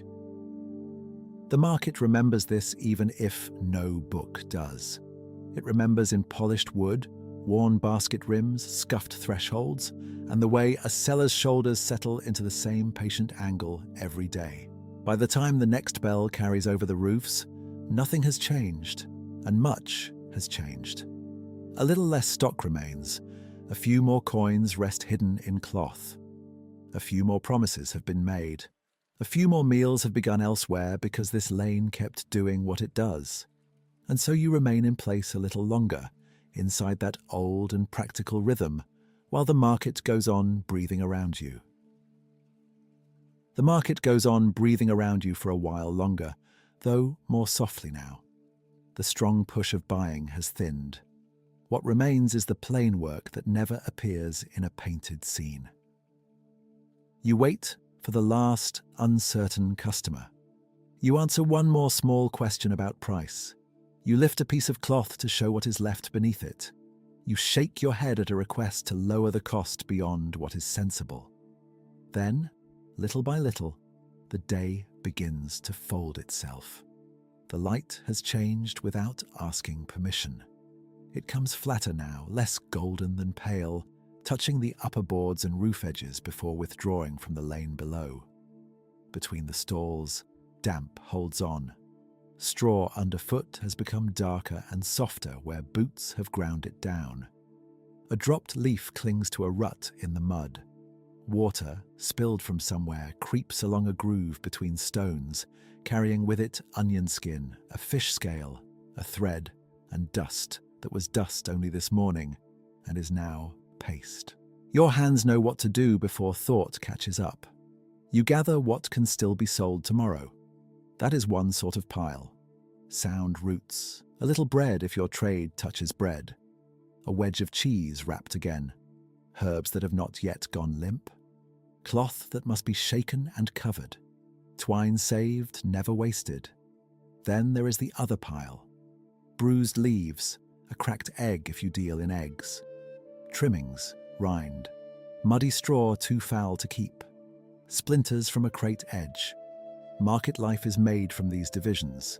Keep, carry, throw, dry, cover, tie. Nothing about it is grand, but it decides whether tomorrow begins in order or in annoyance. Nearby, others are doing the same. A fish seller tips dirty water away from the best path if there is room, though not always far enough to please the next pair of feet. A boy with red hands stacks baskets one inside another until they rasp like reeds in the wind. A woman beats a cloth against a post to loosen the day from it. A cooper's barrel, emptied, is rolled away with a hollow sound. Somewhere a knife is honed once or twice, not for drama, only because metal must be left ready. Voices have not stopped, they have merely shortened. Fewer bargains now. More practical remarks. Lift that end, count them again. No, that one stays. Mind the wheel, shut it tight. You take stock as carefully as a person with few margins must take stock. How much is gone? How much remains? Whether the remaining goods mean luck or failure depends entirely on what they are. A seller of onions may welcome some left in the basket. A seller of fish, much less so. Bread has its own clock. Greens have theirs. Eggs travel farther in time if handled kindly, but each one is still a small gamble sealed in shell. In a city this large, where thousands eat one purchase at a time, waste is not theatrical. It is quiet. It comes in handfuls. Coins, at least, can be counted, even when the day itself cannot. You slip them out where no one else can see well. A few deniers, perhaps more, perhaps less. A little silver sound in the cup of your palm. Enough to matter, not enough to transform anything. Medieval market days often end this way, not in triumph, not in ruin, but in arithmetic.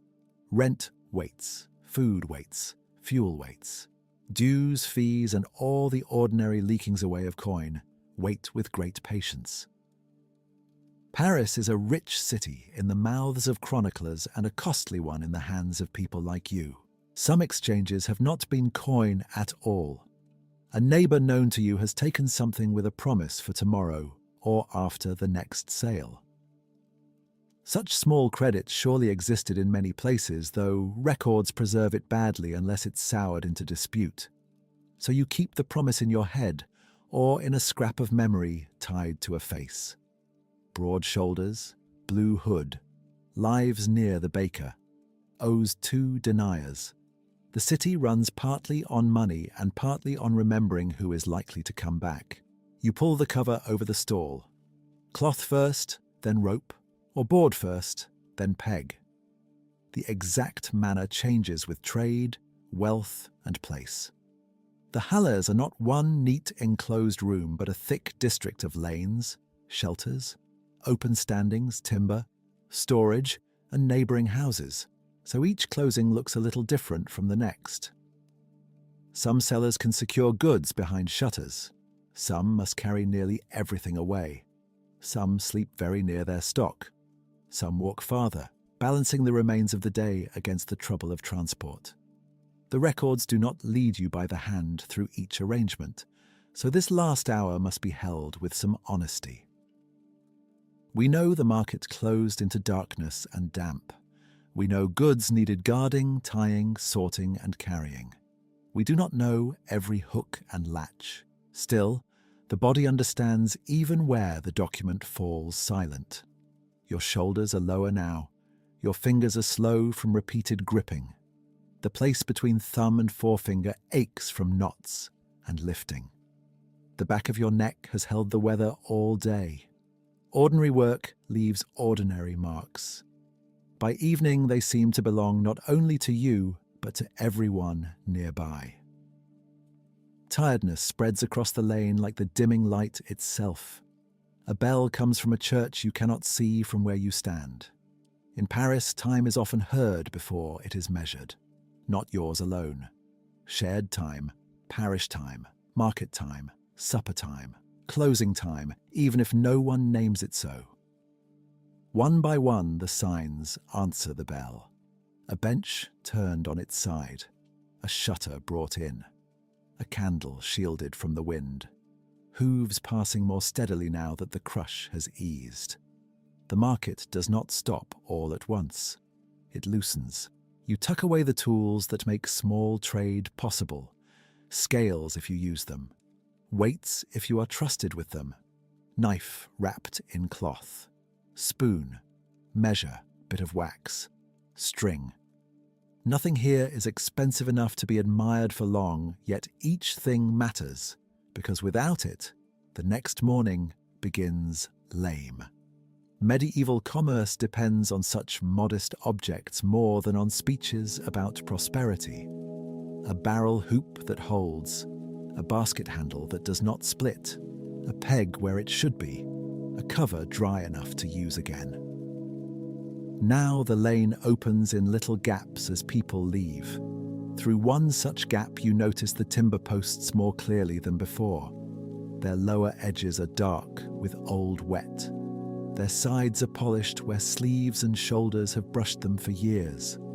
The ground beneath the trestles is marked by circles where tubs stood and by narrow scraped lines where something heavy was dragged. The market keeps these memories in wood and earth. It stores repetition better than paper does. You lift what remains. The load is never as welcome in the evening as it was in the morning. Then it promised profit. Now it asks only to be carried. Basket on arm, bundle against hip, a pole across the shoulder if the goods require it. Around you, other burdens rise in the same old way. Unsold bread, folded cloth, empty tubs, a child's sleepy weight perhaps if family and work have spent the day side by side. Women are visible here as they have been all day, moving goods, tying cloths, reckoning change, calling children close. Paris market life is full of their labour, even when the formal lines of craft recognition are uneven and the records speak more clearly for some trades than others. You begin the walk away from the stall, not far perhaps, or far enough to feel long in wet shoes. The streets around the Halles are still alive, but the note has changed. Less bargaining, more return. Smoke from hearths thickens as suppers begin elsewhere. You smell pottage from one doorway, onions from another, hot bread if you are fortunate enough to pass a late oven. Refuse smells stronger in the cooling air. So does the sour standing damp near gutters. Medieval towns do not sweeten at dusk. They deepen. Home may be a room above storage, a rented corner nearby, a shared household, or a narrow place behind trade space. For many working people in cities, home and work stand very close together, though not always in the same building, and not in the tidy way a later floor plan would suggest. Whatever waits for you, it is not leisure in the rich sense. It is relief, Sit, unwrap. Count again if needed. Eat what is plain. Bread, cheese, pottage if there is any. Watered wine or ale. Speak a little or not much at all. Your feet throb as they warm. Your hands smell of what you handled most. Fish, herb, onion, wool, damp wood, old rope, flour. The day clings. It does not leave at the threshold. A market seller carries the market home in the skin, in the sleeves, in the small black crescent under a nail. Tomorrow's concerns sit down beside supper without invitation. Will the weather hold? Will the stock keep? Will customers come early? Will coins stretch? Will some official matter interrupt the easy path of selling? Yet even these thoughts are too tired to sharpen fully. Outside, Paris settles by degrees. This is the largest city in the kingdom, but largeness does not prevent the old human ending. A doorbar falls into place. A pot lid lifts and closes. Someone coughs in the next room. Somewhere farther off, wheels strike stone one last time before stopping.